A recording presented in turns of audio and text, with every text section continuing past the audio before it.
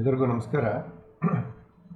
ಇದು ಸಮಾನ ಮನಸ್ಕರು ವಾಟ್ಸಪ್ ಗ್ರೂಪ್ನ ಒಂದು ವೇದಿಕೆಯ ಮೂಲಕ ನಡೆಯುವಂಥ ಒಂದು ಭಾನುವಾರ ಸಂಜೆಯ ಸಂವಾದ ಕಾರ್ಯಕ್ರಮ.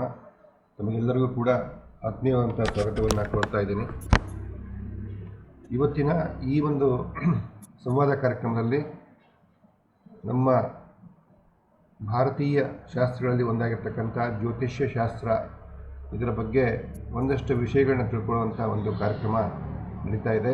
ಈ ಕಾರ್ಯಕ್ರಮವನ್ನು ನಡೆಸ್ಕೊಡೋದಕ್ಕೆ ನಮ್ಮ ಸಮಾನ ಮನಸ್ಕರಲ್ಲಿ ಒಬ್ಬರಾಗಿರ್ತಕ್ಕಂಥ ಡಾಕ್ಟರ್ ಭಾರತಿ ರವೀಂದ್ರ ಅವರು ಇವತ್ತು ನಮ್ಮ ಜೊತೆಗಿದ್ದಾರೆ. ಭಾಳ ಸುಮಾರು 2 ವರ್ಷಗಳ ಹಿಂದೆ ಅಚಾನಕ್ಕಾಗಿ ಯಾವುದೋ ಒಂದು ಗ್ರೂಪಲ್ಲಿ ಅವರು ಮಾತಾಡೋದನ್ನು ನಾನು ಗ್ರೂಪಲ್ಲಿ ಜಾಯಿನ್ ಆಗಿ ಅವ್ರ ಮಾತನ್ನು ಕೇಳಿದ್ದೆ. ಅವರು ಅವತ್ತು ಕೂಡ ಈ ಜ್ಯೋತಿಷ್ಯದ ಬಗ್ಗೆ, ಅದರಲ್ಲೂ ವಿಶೇಷವಾಗಿ ಚಂದ್ರನ ಬಗ್ಗೆ, ಅವರು PhD ಮಾಡಿರೋದು ಕೂಡ ಈ ಚಂದ್ರ ಮತ್ತು ಜ್ಯೋತಿಷ್ಯ ಈ ವಿಚಾರದಲ್ಲಿ ಅವರು PhD ಅನ್ನು ಕೂಡ ಮಾಡಿದ್ದಾರೆ. ಆ ವಿಷಯವಾಗಿ ಮಾತಾಡ್ತಾ ಇದ್ದರು. ಸ್ವಲ್ಪ ಹೊತ್ತು ಮಾತ್ರ ಕೇಳೋದಕ್ಕೆ ನನಗೆ ಅವತ್ತಾಗಿತ್ತು. ಆಗ ನನಗೆ ಅವರ ಪರಿಚಯ ಕೂಡ ಇರಲಿಲ್ಲ. ಆದರೆ ಅವತ್ತು ಅವರ ಮಾತನ್ನು ಕೇಳಿದಾಗ ನನಗೆ ಆಗಿನಿಂದಲೂ ಕೂಡ ನಮ್ಮ ಸಮಾನ ಮನಸ್ಕರು ವೇದಿಕೆಯಿಂದಲೂ ಕೂಡ ಇಂಥ ಒಂದು ಕಾರ್ಯಕ್ರಮವನ್ನು ಮಾಡಿಸಬೇಕು ಅಂತ ಇತ್ತು. ಯಾಕೆಂತ ಹೇಳಿದ್ರೆ ಈ ನಮ್ಮ ಮನುಷ್ಯನ ಮನಸ್ಸಿನ ಮೇಲೆ ಚಂದ್ರನ ಪ್ರಭಾವ ತುಂಬ ಇರುತ್ತೆ ಅಂಥೇಳಿ ನಾನು ಮನೋವಿಜ್ಞಾನದಲ್ಲಿ ಕೆಲವು ಕಡೆ ಓದಿದ್ದು ನೆನಪಿದೆ. ಈ ಬಗ್ಗೆ ಅನೇಕ ಬಾರಿ ನಾನು ಡಾಕ್ಟರ್ ಅಜಯ್ ಕುಮಾರ್ ಅವರು ಕೂಡ ಚರ್ಚೆಯನ್ನು ಮಾಡ್ತಾ ಇದ್ದೆ. ಸೊ ಹಾಗಾಗಿ ಅದೇ ವಿಷಯದಲ್ಲಿ ಡಾಕ್ಟರ್ ಭಾರತಿ ರವೀಂದ್ರ ಅವರು ಕೂಡ ತಮ್ಮ ಅಧ್ಯಯನವನ್ನು ಮಾಡಿದ್ದಾರೆ. ಜೊತೆಗೆ ಅವರಿಗೆ ಸಾಹಿತ್ಯದ ಬಗ್ಗೆ ಸಾಕಷ್ಟು ಒಲವಿದೆ. ಜೊತೆಗೆ ಧಾರ್ಮಿಕ ವಿಚಾರಗಳ ಬಗ್ಗೆ ಸಾಕಷ್ಟು ಆಸಕ್ತಿ ಮತ್ತು ತಿಳುವಳಿಕೆ ಕೂಡ ಇದೆ. ಅದನ್ನು ಸೂಕ್ತವಾಗಿ ಕೆಲವೊಂದು ವೇದಿಕೆಗಳಲ್ಲಿ ಅದನ್ನು ಬರೀತಾರೆ, ಪ್ರಸ್ತುತಪಡಿಸ್ತಾರೆ, ಮಾತಾಡ್ತಾರೆ. ಹೀಗೆ ತುಂಬ ಕ್ರಿಯಾಶೀಲರಾಗಿ ಉತ್ತಮ ವಿಚಾರಗಳನ್ನು 10 ಜನರಿಗೆ ತಿಳಿಸ್ಕೊಡ್ತಕ್ಕಂಥ ಒಂದು ಪ್ರಯತ್ನವನ್ನು ಅವರು ತುಂಬ ಆಸಕ್ತಿ ಮತ್ತು ನಿಷ್ಠೆಯಿಂದ ಮಾಡ್ತಾ ಬಂದಿದ್ದಾರೆ. ಈ ಎಲ್ಲ ಕಾರಣಕ್ಕಾಗಿ ನಾನು ಅವರಿಗೆ ಅನೇಕ ದಿನಗಳ ಹಿಂದಿನಿಂದಲೂ ಕೇಳ್ತಾ ಇದ್ದೆ, ಒಂದು ಬಾರಿ ನಮ್ಮ ಗ್ರೂಪಲ್ಲಿ ಮಾತಾಡಿ ಅಂಥೇಳಿ. ಅದು ಏನೋ ಇವತ್ತು ಆ ಕಾಲ ಕೂಡಿ ಬಂದಿದೆ. ಅದೇನೋ ಜ್ಯೋತಿಷ್ಯದ ಪ್ರಕಾರ ಇವತ್ತು ಸರಿಯಾಗಿತ್ತೋ, ಈ ಗಳಿಗೆ ಸರಿಯಾಗಿತ್ತೋ ಏನೋ ಗೊತ್ತಿಲ್ಲ. ಅದು ಇದ್ದರೂ ಇರಬಹುದು. ಒಟ್ಟಿನಲ್ಲಿ ಇವತ್ತು ಕೂಡ ನಾನು ಅವರಿಗೆ ಚಂದ್ರನ ಬಗ್ಗೆಯೇ ಮಾತಾಡಿ ಅಂಥೇಳಿ ವಿನಂತಿ ಮಾಡಿದ್ದೆ. ಆದರೆ ಅವರು ಹೇಳಿದಂತೆ ಜ್ಯೋತಿಷ್ಯದ ಬಗ್ಗೆ ನಮ್ಮ ತಿಳುವಳಿಕೆ ಎಷ್ಟಿದೆ ಅನ್ನೋದ್ರ ಬಗ್ಗೆ ನಾವು ಫಸ್ಟ್ ಅರ್ಥ ಮಾಡ್ಕೋಬೇಕು ಅಂತ ಅನಿಸುತ್ತೆ. ಅದನ್ನು ಅವರು ಸೂಚಿಸಿದ್ರು ಕೂಡ. ಜ್ಯೋತಿಷ್ಯದ ಬಗ್ಗೆ ಒಂದು ವೈಜ್ಞಾನಿಕ ಅವಲೋಕನವನ್ನು ಮಾಡಬೇಕು. ಅದನ್ನು ಸರಿಯಾಗಿ ಅರ್ಥ ಮಾಡಿಕೊಂಡು ಅದರಲ್ಲಿ ನಂಬಿಕೆಯನ್ನು ಹುಟ್ಟಿದರೆ ಉಳಿದಂಥ ವಿಚಾರಗಳ ಬಗ್ಗೆ ನಮಗೆ ಇನ್ನಷ್ಟು ಆಸಕ್ತಿ ಮತ್ತು ಕುತೂಹಲ ಮೂಡುತ್ತೆ. ಹಾಗೆ ಆಸಕ್ತಿಯನ್ನು ಹೆಚ್ಚಿಸಿಕೊಂಡು ಒಂದು ಅಧ್ಯಯನವನ್ನು ಮಾಡಿದರೆ ಅಥವಾ ಆ ವಿಷಯದ ಬಗ್ಗೆ ತಿಳ್ಕೊಳ್ಳೋದಂಥ ಒಂದು ಪ್ರಯತ್ನವನ್ನು ಮಾಡಿದರೆ ಆಗ ನಮ್ಮ ತಿಳುವಳಿಕೆಯ ಮಟ್ಟ ಜಾಸ್ತಿ ಆಗುತ್ತೆ. ಜೊತೆಗೆ ಆ ವಿಷಯ ಏನು ಅಂತ ಸ್ಪಷ್ಟವಾಗಿ ಅರ್ಥ ಆಗುತ್ತೆ. ಅರೆಮನಸ್ಸಿನಿಂದ ಅಥವಾ ಅರ್ಧ ತಿಳುವಳಿಕೆಯಿಂದ ಏನಾದರೂ ಮಾಡೋಕ್ಕೆ ಹೋದರೆ ಅದು ಹೆಚ್ಚು ಪರಿಣಾಮಕಾರಿಯಾಗಿ ಅದು ನಮಗೆ ಅರ್ಥ ಆಗಿರೋದಿಲ್ಲ. ಸೊ ಆ ಕಾರಣಕ್ಕಾಗಿ ಇವತ್ತು ಜ್ಯೋತಿಷ್ಯ ಶಾಸ್ತ್ರದ ಪರಿಚಯವನ್ನು ಮಾಡಿಕೊಡುವಂಥ ಒಂದು ಸಂವಾದ ಕಾರ್ಯಕ್ರಮ. ನಾನು ಈಗಲೇ ಆರಂಭದಲ್ಲೇ ಅವ್ರಿಗೆ ವಿನಂತಿ ಮಾಡ್ತಾ ಇದ್ದೀನಿ, ಮುಂದೆ ಒಂದು ದಿವಸ ಚಂದ್ರ ಮತ್ತು ಜ್ಯೋತಿಷ್ಯ ಶಾಸ್ತ್ರ ಇದರ ಬಗ್ಗೆ ಕೂಡ ಮಾತಾಡಬೇಕು ಅಂತೇಳಿ ಅವರಲ್ಲಿ ರಿಕ್ವೆಸ್ಟ್ ಮಾಡ್ತಾ ಇದ್ದೀನಿ. ಜೊತೆಗೆ ಇವತ್ತು ಅವರ ನನಗೆ ತುಂಬ ತಡವಾಗಿ ತಿಳಿಸಿದರು. ಇವತ್ತು ಅವರ ಈ ಒಂದು ಸಂವಾದ ಕಾರ್ಯಕ್ರಮದಲ್ಲಿ ಪದ್ಮಶ್ರೀ ಮೇಡಮ್ ಅವರು ಕೂಡ ತುಂಬ ಪ್ರಮುಖ ಪಾತ್ರವನ್ನೇ ವಹಿಸ್ತಾ ಇದ್ದಾರೆ. ಅವರು ಕೆಲವು ಕಗ್ಗಗಳ ವಾಚನವನ್ನು ಮಾಡ್ತಾರೆ ಅಂತ ಹೇಳಿದರು. ನನಗೆ ಮುಂಚೆಯೇ ತಿಳಿದಿದ್ದರೆ ಅವರ ಹೆಸರನ್ನು ಕೂಡ ನಾನು ಪೋಸ್ಟರ್ನಲ್ಲಿ ಹಾಕೋದಕ್ಕೆ ಸಾಧ್ಯ ಆಗ್ತಾಯಿತ್ತು. ಇವತ್ತು ಅವರಿಗೂ ಕೂಡ ನಾನು ತಮ್ಮೆಲ್ಲರ ಪರವಾಗಿ ಸ್ವಾಗತವನ್ನು ಕೋರ್ತೇನೆ. ಇವತ್ತಿನ ವಾರದ ಉಪನ್ಯಾಸಕ್ಕೆ ಅಥವಾ ವಾರದ ಅತಿಥಿ ಡಾಕ್ಟರ್ ಭಾರತಿ ರವೀಂದ್ರ ಅವರಿಗೆ ಮತ್ತು ಪದ್ಮಶ್ರೀ ಅವರು ಇಬ್ಬರಿಗೂ ಕೂಡ ಎಲ್ಲರ ಪರವಾಗಿ ಸ್ವಾಗತವನ್ನು ಕೋರ್ತಾ ಇದ್ದೀನಿ. ಜೊತೆಗೆ ಇವತ್ತು ನನಗನ್ಸಂಗೆ ಇವತ್ತು ಮದುವೆಗಳು ಜಾಸ್ತಿ ಇರಬೇಕು. ಜೊತೆಗೆ ಇವತ್ತು IPL RCB ಅವರು ಕೂಡ ಆಡ್ತಾಯಿದ್ದಾರೆ. ಆ ಕಾರಣಕ್ಕೂ ಏನೋ ಗೊತ್ತಿಲ್ಲ, ಇವತ್ತಿನ ಅಟೆಂಡೆನ್ಸ್ ತುಂಬ ಕಡಿಮೆ ಇದೆ. ತುಂಬ ಕಡಿಮೆ ಜನ ಭಾಗವಹಿಸ್ತಾ ಇದ್ದಾರೆ. ತೊಂದರೆ ಇಲ್ಲ, ಆಸಕ್ತಿ ಇರೋರು ನಿಜವಾದ ಆಸಕ್ತಿ ಇರೋರೆಲ್ಲ ಖಂಡಿತ ಬಂದಿದ್ದೀರಿ. ತಮಗೆಲ್ಲರಿಗೂ ಕೂಡ ಹೃತ್ಪೂರ್ವಕವಾದಂಥ ಸ್ವಾಗತವನ್ನು ವೇದಿಕೆಯ ಪರವಾಗಿ ಮತ್ತು ವೈಯಕ್ತಿಕವಾಗಿ ಕೋರ್ತಾ ಇದ್ದೀನಿ. ಇವತ್ತು ಈ ಕಾರ್ಯಕ್ರಮವನ್ನು ನಮ್ಮ ಸಂಪ್ರದಾಯದಂತೆ ಒಂದು ಪ್ರಾರ್ಥನೆಯೊಂದಿಗೆ ಆರಂಭ ಮಾಡೋಣಂತೆ. ಪ್ರಾರ್ಥನೆಯನ್ನು ರೇಖಾ ಅವ್ರು ನಡೆಸ್ಕೊಡ್ಬೇಕು ಅಂತೇಳಿ ಕೇಳ್ತೀನಿ. ಇದಾದ ನಂತರ ಶ್ರೀಮತಿ ಭಾರತಿ ರವೀಂದ್ರ ಅವರು ಮತ್ತು ಶ್ರೀಮತಿ ಪದ್ಮಶ್ರೀ ಅವರು ಇಂದಿನ ಕಾರ್ಯಕ್ರಮವನ್ನು ನಡೆಸ್ಕೊಡ್ಲಿದ್ದಾರೆ. ಇವತ್ತಿನ ಇಡೀ ಕಾರ್ಯಕ್ರಮ ನಾನು ಸ್ಕ್ರೀನ್ ರೆಕಾರ್ಡಿಂಗ್ ಮಾಡ್ತಾಯಿದ್ದೀನಿ. ಮುಂದೆ ಕೂಡ ಇದನ್ನು ಕೇಳೋದಕ್ಕೆ ಲಭ್ಯ ಇರ್ತದೆ. ಜೊತೆಗೆ ಇದನ್ನು ಯೂಟ್ಯೂಬ್ಗೆ ಕೂಡ ಅವರ ಒಪ್ಪಿಗೆ ಮೇರೆಗೆ ಅಪ್ಲೋಡ್ ಮಾಡ್ತೀನಿ. ಸೊ ಹಾಗಾಗಿ ಇವತ್ತು ಯಾರ್ಯಾರಿಗೆ ಈ ಕಾರ್ಯಕ್ರಮದಲ್ಲಿ ಭಾಗವಹಿಸೋದಕ್ಕೆ ಆಗಿರಲ್ಲ, ಬೇರೆ ಬೇರೆ ಕಾರಣಗಳಿರ್ಬೋದು, ಆ ಕಾರಣಕ್ಕೆ ಭಾಗವಹಿಸೋದಕ್ಕೆ ಆಗಿಲ್ಲ ಅಂದರೂ ಕೂಡ ಅದನ್ನು ಮತ್ತೊಮ್ಮೆ ಕೇಳುವಂಥ ಅವಕಾಶ ಖಂಡಿತ ಇರುತ್ತೆ. ಮತ್ತೊಮ್ಮೆ ಎಲ್ಲರಿಗೂ ಸ್ವಾಗತವನ್ನು ಕೋರ್ತಾ ಇವತ್ತಿನ ಪ್ರಾರ್ಥನೆಯನ್ನು ನಡೆಸ್ಕೊಳ್ಬೇಕಂತ ರೇಖಾ ಅವ್ರಿಗೆ ಕೇಳ್ತಾ ಇದ್ದೀನಿ. ಎಲ್ಲರಿಗೂ ನಮಸ್ಕಾರ. ಶರಣೆಂಬೆ ವಾಣಿ ಪೊರೆಯೇ ಕಲ್ಯಾಣಿ, ಶರಣೆಂಬೆ ವಾಣಿ ಪೊರೆಯೇ ಕಲ್ಯಾಣಿ, ಶರಣೆಂಬೆ ವಾಣಿ ಪೊರೆಯೇ ಕಲ್ಯಾಣಿ, ಶರಣೆಂಬೆ ವಾಣಿ ಪೊರೆಯೇ ಕಲ್ಯಾಣಿ, ಶರಣೆಂಬೆ ವಾಣಿ ಪೊರೆಯೇ ಕಲ್ಯಾಣಿ. ವಾಗಭಿಮಾನಿ ವರಬ್ರಹ್ಮಾಣಿ, ವಾಗಭಿಮಾನಿ ವರಬ್ರಹ್ಮಾಣಿ, ಸುಂದರವೇಣಿ ಸುಚರಿತ್ರಾಣಿ, ಸುಂದರವೇಣಿ ಸುಚರಿತ್ರಾಣಿ, ಶರಣೆಂಬೆ ವಾಣಿ ಪೊರೆಯೇ ಕಲ್ಯಾಣಿ. ಜಗದೊಳು ನಿಮ್ಮ ಪೊಗಳುವೆ ನೀನಮ್ಮ, ಹರಿಯ ತೋರಿಸೆಂದು ಪ್ರಾರ್ಥಿಪೆ ನಮ್ಮ. ಜಗದೊಳು ನಿಮ್ಮ ಪೊಗಳುವೆ ನೀನಮ್ಮ, ಹರಿಯ ತೋರಿಸೆಂದು ಪ್ರಾರ್ಥಿಪೆ ನಮ್ಮ. ಪಾಡುವೆ ಶ್ರುತಿಯ ಬೇಡುವೆ ಮದಿಯ, ಪಾಡುವೆ ಶ್ರುತಿಯ ಬೇಡುವೆ ಮದಿಯ, ಪುರಂದರ ವಿಠಲನ ಸೋದರ ಸೊಸೆಯ. ಪಾಡುವೆ ಶ್ರುತಿಯ ಬೇಡುವೆ ಮದಿಯ, ಪುರಂದರ ವಿಠಲನ ಸೋದರ ಸೊಸೆಯ. ಶರಣೆಂಬೆ ವಾಣಿ ಪೊರೆಯೇ ಕಲ್ಯಾಣಿ, ಶರಣೆಂಬೆ ವಾಣಿ ಪೊರೆಯೇ ಕಲ್ಯಾಣಿ, ಶರಣೆಂಬೆ ವಾಣಿ ಪೊರೆಯೇ ಕಲ್ಯಾಣಿ. Thank you.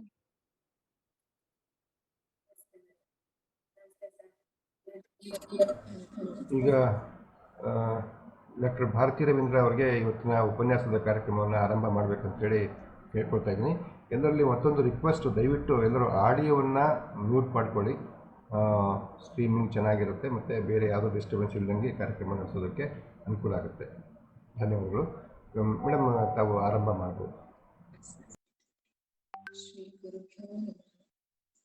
ವೇದಿಕೆ ಕಲ್ಪಿಸಿಕೊಟ್ಟ ಸಮಾನ ಬಳಗದ ಅಧ್ಯಕ್ಷರಾದ ಶ್ರೀ ಅಶ್ವಥ್ ಸರ್ಗೆ ನನ್ನ ಮನಪೂರ್ವಕ ನಮನಗಳು, ಹಾಗೂ ರೇಖಾ ಮೇಡಮ್ಗೆ ಶುಭ ಆರಂಭ ಮಾಡಿಕೊಟ್ಟಿದ್ದಕ್ಕೆ ನನ್ನ ಜೊತೆ ಸಹಕಾರ ಕೊಡ್ತಾ ಇರೋ ಪದ್ಮಶ್ರೀಗೂ ನಾನು ಈಗಲೇ ನನ್ನ ನಮನಗಳನ್ನ ಸಲ್ಲಿಸ್ತಾ ಇದ್ದೀನಿ. ಸಮಾನ ಬಳಗರು, ಸಮಾನ ಮನಸ್ಕರು ಬಳಗದ ಎಲ್ಲ ಆತ್ಮೀಯರಿಗೂ ನನ್ನ ಪ್ರೀತಿಯ ವಂದನೆಗಳು. ಮೊನ್ನೆ ತಾನೇ ನಾವು ರಾಮನವಮಿ ಹಬ್ಬನ ಮಾಡಿದೀವಿ. ನನ್ನೊಳಗಿರುವ ಆತ್ಮಾರಾಮನನ್ನು ತೋರ್ಸಪ್ಪ ಅಂತ ದೀಪನು ಹಚ್ಚಿದ್ದೀವಿ ತಾನೆ. ಹಾಗಾಗಿ ದೀಪ ಅಂತಂದ್ರೆ ಬೆಳಕು, ಜ್ಞಾನ ಅಂತೆಲ್ಲ ತಿಳ್ಕೊಂಡಿದ್ದೀವಿ. ಅಂಥದೇ ಒಂದು ಈ ದೀಪ ಈ ಜ್ಯೋತಿಷ್ಯ ಶಾಸ್ತ್ರ. ನಮ್ಮ ಜೀವನಕ್ಕೆ ಬೆಳಕಾಗಿ ಬಂದು ಮಾರ್ಗ ತೋರಿಸೋದೇ ಜ್ಯೋತಿಷ್ಯ ಶಾಸ್ತ್ರ. ಮೊದಲಿಗೆ ಜ್ಯೋತಿಷ್ಯ ಅಂದ್ರೇನು ಅಂತ ಒಂದು ಸಣ್ಣ ಅವಲೋಕನ ಮಾಡಿ ತಿಳ್ಕೊಂಡು ಅದರ ಮಹತ್ವವನ್ನ ನೋಡಿ, ನಂತರದ ಸ್ಥಾನದಲ್ಲಿ ಶರೀರ, ಆತ್ಮ ಮತ್ತು ಮನಸ್ಸು ಈ ಮೂರರ ಸಂಬಂಧ ನಮ್ಮ ಜೀವನದಲ್ಲಿ ಯಾಕೆ ಮುಖ್ಯ ಆಗತ್ತೆ, ಹಾಗೆ ಇದರ ಪಾತ್ರ ಜೀವನದಲ್ಲಿ ಎಷ್ಟು ಪ್ರಮುಖ ಪಾತ್ರವನ್ನ ವಹಿಸತ್ತೆ ಅಂತ ನೋಡಿ ಚಂದ್ರ ಮತ್ತು ಮನಸ್ಸಿನ ಸಂಬಂಧವನ್ನು ಕೂಡ 3ನೇ ಹಂತದಲ್ಲಿ ನೋಡೋಣ. ಮೊದಲಿಗೆ ಜ್ಯೋತಿಷ್ಯ ಅಂದ್ರೇನು ಅಂತ ನೋಡೋಣ. ಜ್ಯೋತಿಷ್ಯಕ್ಕೂ ಕರ್ಮ ಸಿದ್ಧಾಂತವೇ ಆಧಾರ ಆಗಿದೆ. ಹಾಗಾಗಿ ಜ್ಯೋತಿಷ್ಯ ಮತ್ತು ಕರ್ಮ ಸಿದ್ಧಾಂತ ಇವೆರಡರ ನಡುವಿನ ನಂಟು ಏನು ಅಂತ ನೋಡೋಣ. ನಮ್ಗೆಲ್ಲ ಗೊತ್ತಿರೋ ಹಾಗೆ ನಾವಿಲ್ಲಿ ನಮ್ಮ ಸಂಚಿತ ಕರ್ಮವನ್ನ ಅನುಭವಿಸಕ್ಕೋಸ್ಕರ ಜನ್ಮ ತಾಳಿ ಬಂದಿದ್ವಿ. ಆದ್ರೆ ಈ ಒಂದು ಜನ್ಮದಲ್ಲಿ ನಾವೆಷ್ಟು ಕರ್ಮ ಮಾಡ್ತೀವಪ್ಪ ಅಂತಂದ್ರೆ ಇನ್ನ 10 ಜನ್ಮಕ್ಕಾಗುವಷ್ಟು ಕರ್ಮ ಮಾಡಿರ್ತೀವಿ. ಹಾಗಾದ್ರೆ ನಾವು ಮಾಡೋ ಕರ್ಮ ಎಲ್ಲ ಬಂಧಕ ಆಗತ್ತೆ. ಹಾಗಾಗಿ ನಾನು ಯಾವುದೇ ಕರ್ಮವನ್ನ ಮಾಡಲ್ಲ, ಸುಮ್ನೆ ಕೂತ್ಕೋತೀನಿ ಅಂತ ಹೇಳಿದ್ರೆ ಆಗತ್ತಾ? ಖಂಡಿತ ಇಲ್ಲ. ಕೃಷ್ಣನೇ ಗೀತೆನಲ್ಲಿ ಹೇಳಿರೋ ಹಾಗೆ ನಹಿ ಕಶ್ಚಿತ್ ಕ್ಷಣಮಪಿ ತಿಷ್ಠತು ಅಕರ್ಮಕೃತ್ ಅಂತ ಹೇಳಿದ್ದಾನೆ. ಅಂದ್ರೆ ಒಂದು ಕ್ಷಣವೂ ನಾವು ಸುಮ್ನೆ ಕೂತ್ಕೊಳ್ಳಕ್ಕೆ ಸಾಧ್ಯನೇ ಇಲ್ಲ. ಹಾಗಾಗಿ ನಾವೆಲ್ಲ ಸದಾ ಕಾಲ ಏನೋ ಒಂದು ಕೆಲಸ ಮಾಡ್ತಾ ಇರ್ತೀವಿ. ಹಾಗಾಗಿ ಆ ಎಲ್ಲ ಕೆಲಸಗಳು ಕೂಡ ಒಂದು ಉದ್ದೇಶದಿಂದ ಕೂಡಿರತ್ತೆ ಹೊರತು ಉದ್ದೇಶ ರಹಿತವಾಗಿ ನಾವ್ ಯಾವುದೇ ಕೆಲಸವನ್ನ ಮಾಡ್ತಾ ಇರಲ್ಲ. ಆದ್ರೆ ಆ ಕೆಲಸಗಳ ಹಿಂದೆ ನಮ್ಮ ಸಂಸ್ಕಾರ ಇರತ್ತೆ. ನಮ್ಮ ಸಂಸ್ಕಾರಕ್ಕೆ ಅನುಗುಣವಾಗಿ ನಮ್ಮ ಆಸಕ್ತಿಗಳಿಗೆ ಅನುಗುಣವಾಗಿ ಆ ಕಾರ್ಯಗಳನ್ನ ನಾವು ಆರಿಸ್ಕೋತೀವಿ, ಆ ಕೆಲಸಗಳನ್ನ ಮಾಡ್ತಾ ಹೋಗ್ತೀವಿ. ಹಾಗಾಗಿ ನಮ್ಮ ಜೀವನದಲ್ಲಿ ನಡೆಯುವ ಎಲ್ಲ ಘಟನೆಗಳಿಗೆ ನಮ್ಮ ಪೂರ್ವಾರ್ಜಿತ ಕರ್ಮವೇ ಕಾರಣ ಆಗತ್ತೆ. ನಮ್ಮ ಪೂರ್ವ ಪುಣ್ಯದ ಪ್ರಕಾರ ನಮ್ಮ ಈ ಜನ್ಮದ ಆಗು ಹೋಗುಗಳು ಕೂಡ ಆಗತ್ತೆ. ನಮ್ಮ ಪೂರ್ವ ಪುಣ್ಯ ಚೆನ್ನಾಗಿದ್ರೆ ನಮ್ಮ ಇಂದಿನ ಜೀವನದ ಘಟನೆಗಳೆಲ್ಲ ಉತ್ತಮವಾಗೇ ಇರತ್ತೆ. ಒಂದ್ ವೇಳೆ ಇದಕ್ಕನುಸಾರವಾಗಿ ನಮ್ಮ ಜೀವನದಲ್ಲಿ ಸುಖ ದುಃಖಗಳು ಅನ್ನೋ ಅಲೆಗಳು ಬಂದು ಹೋಗ್ತಾ ಇರತ್ತೆ. ಹಾಗಾಗಿ ಜೀವನ ಅಂತಂದ್ರೇನೆ ಕೇವಲ ಸುಖ ಅಂತನೋ ಅಥವಾ ಕೇವಲ ದುಃಖ ಅಂತನೋ ಇಲ್ಲ. ಸುಖ ದುಃಖಗಳ ಮಿಶ್ರಣವೇ ಜೀವನ ಅಂತಾಗಿದೆ. ಅದ್ ನಮ್ಗೆಲ್ರಿಗೂ ಗೊತ್ತಿದೆ. ಸಮರಸವೇ ಜೀವನ ಅಂತ ಹೇಳೋ ಹಾಗೆ ಇವೆರಡರ ಸಮನ್ವಯವನ್ನೇ ನಾವು ಸ್ವೀಕಾರ ಮಾಡಿದೀವಿ. ಆದ್ರೂ ತುಂಬಾ ದುಃಖ ಆದಾಗ ಅಥವಾ ಕಷ್ಟದ ದಿನಗಳೇ ನಮ್ಮನ್ನು ತುಂಬಾ ಕಾಡ್ದಾಗ ನಾವೇನ್ ಹೇಳ್ತೀವಿ? ನಮ್ಗೇ ಗೊತ್ತಿಲ್ಲದ ಹಾಗೆ ನಂಗೂ ಒಂದು ಒಳ್ಳೆ ಸಮಯ ಬರುತ್ತೆ, ಆಗ ನಾನು ಆ ಒಂದು ಒಳ್ಳೆ ದಿನಕ್ಕೆ ಬಂದಾಗ ನನ್ನ ಸಮಯ ಎಲ್ಲ ಸರಿ ಹೋಗತ್ತೆ, ಈ ಕಷ್ಟಗಳೆಲ್ಲ ಪರಿಹಾರ ಆಗತ್ತೆ ಅಂತ ನಾವು ಹೇಳ್ತೀವಿ. ಆ ಒಂದು ಒಳ್ಳೆ ದಿನಕ್ಕೆ ಕಾಯ್ತಾ ಕಾಲಕ್ಕೆ ಶರಣಾಗಿ ಕಾಲಾಯ ತಸ್ಮೈ ನಮಃ ಅಂತ ಶರಣಾಗ್ತೀವಿ. ಇಲ್ಲಿ ಕಾಲ ಅನ್ನೋದು ತುಂಬಾ ಮುಖ್ಯ ಆಗತ್ತೆ. DVG ಅವರು ಕೂಡ ತಮ್ಮ ಒಂದು ಕಗ್ಗದಲ್ಲಿ ಕಾಲದ ಬಗ್ಗೆ ತುಂಬಾ ಚೆನ್ನಾಗಿ ಹೇಳಿದ್ದಾರೆ. ಬೆಳಿಗ್ಗೆ ನಾವು ಬೀಜವನ್ನ ಬಿತ್ಬಿಟ್ಟು ಸಂಜೆ ನಾವು ಪೈರನ್ನ ನಿರೀಕ್ಷೆ ಮಾಡಿದ್ರೆ ಬರಕ್ಕೆ ಸಾಧ್ಯನಾ? ಪೈರ್ ಬರಕ್ಕೆ ಸಾಧ್ಯನಾ ಸಂಜೆನೆ? ಇಲ್ಲ. ಅದಕ್ಕೆ ಅದರದ್ದೇ ಆದ ಸಮಯ ಕೊಡ್ಬೇಕು ಅಂತ ಹೇಳ್ತಾರೆ. ಹಾಗಾಗಿ ಕಾಲದ ಮಹತ್ವ ಅನ್ನೋದು ತುಂಬಾ ಮುಖ್ಯ ಆಗತ್ತೆ. ಹಾಗಾದ್ರೆ DVG ಅವರು ಕಾಲದ ಬಗ್ಗೆ ಏನ್ ಹೇಳಿದ್ದಾರೆ, ಹೇಗೆ ಅಂತ ಹೇಳಿದ್ದಾರೆ ಅಂತ ಈಗ ಪದ್ಮಶ್ರೀ ಮೂಲಕ ಅದನ್ನ ಕೇಳೋಣ. ಪದ್ಮಶ್ರೀ.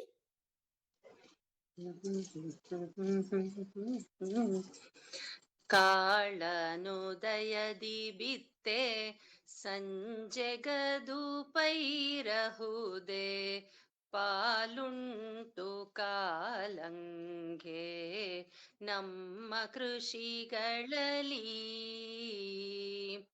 ವೇಳೆಗಡು ಮರೆತು ಆತುರದಿನ್ನಡುಗೆ ಪಕ್ಕಹುದೇ ತಾಳುಮೆಯೇ ಪರಿಪಾಕ ಮಂಕುತಿಮ್ಮ.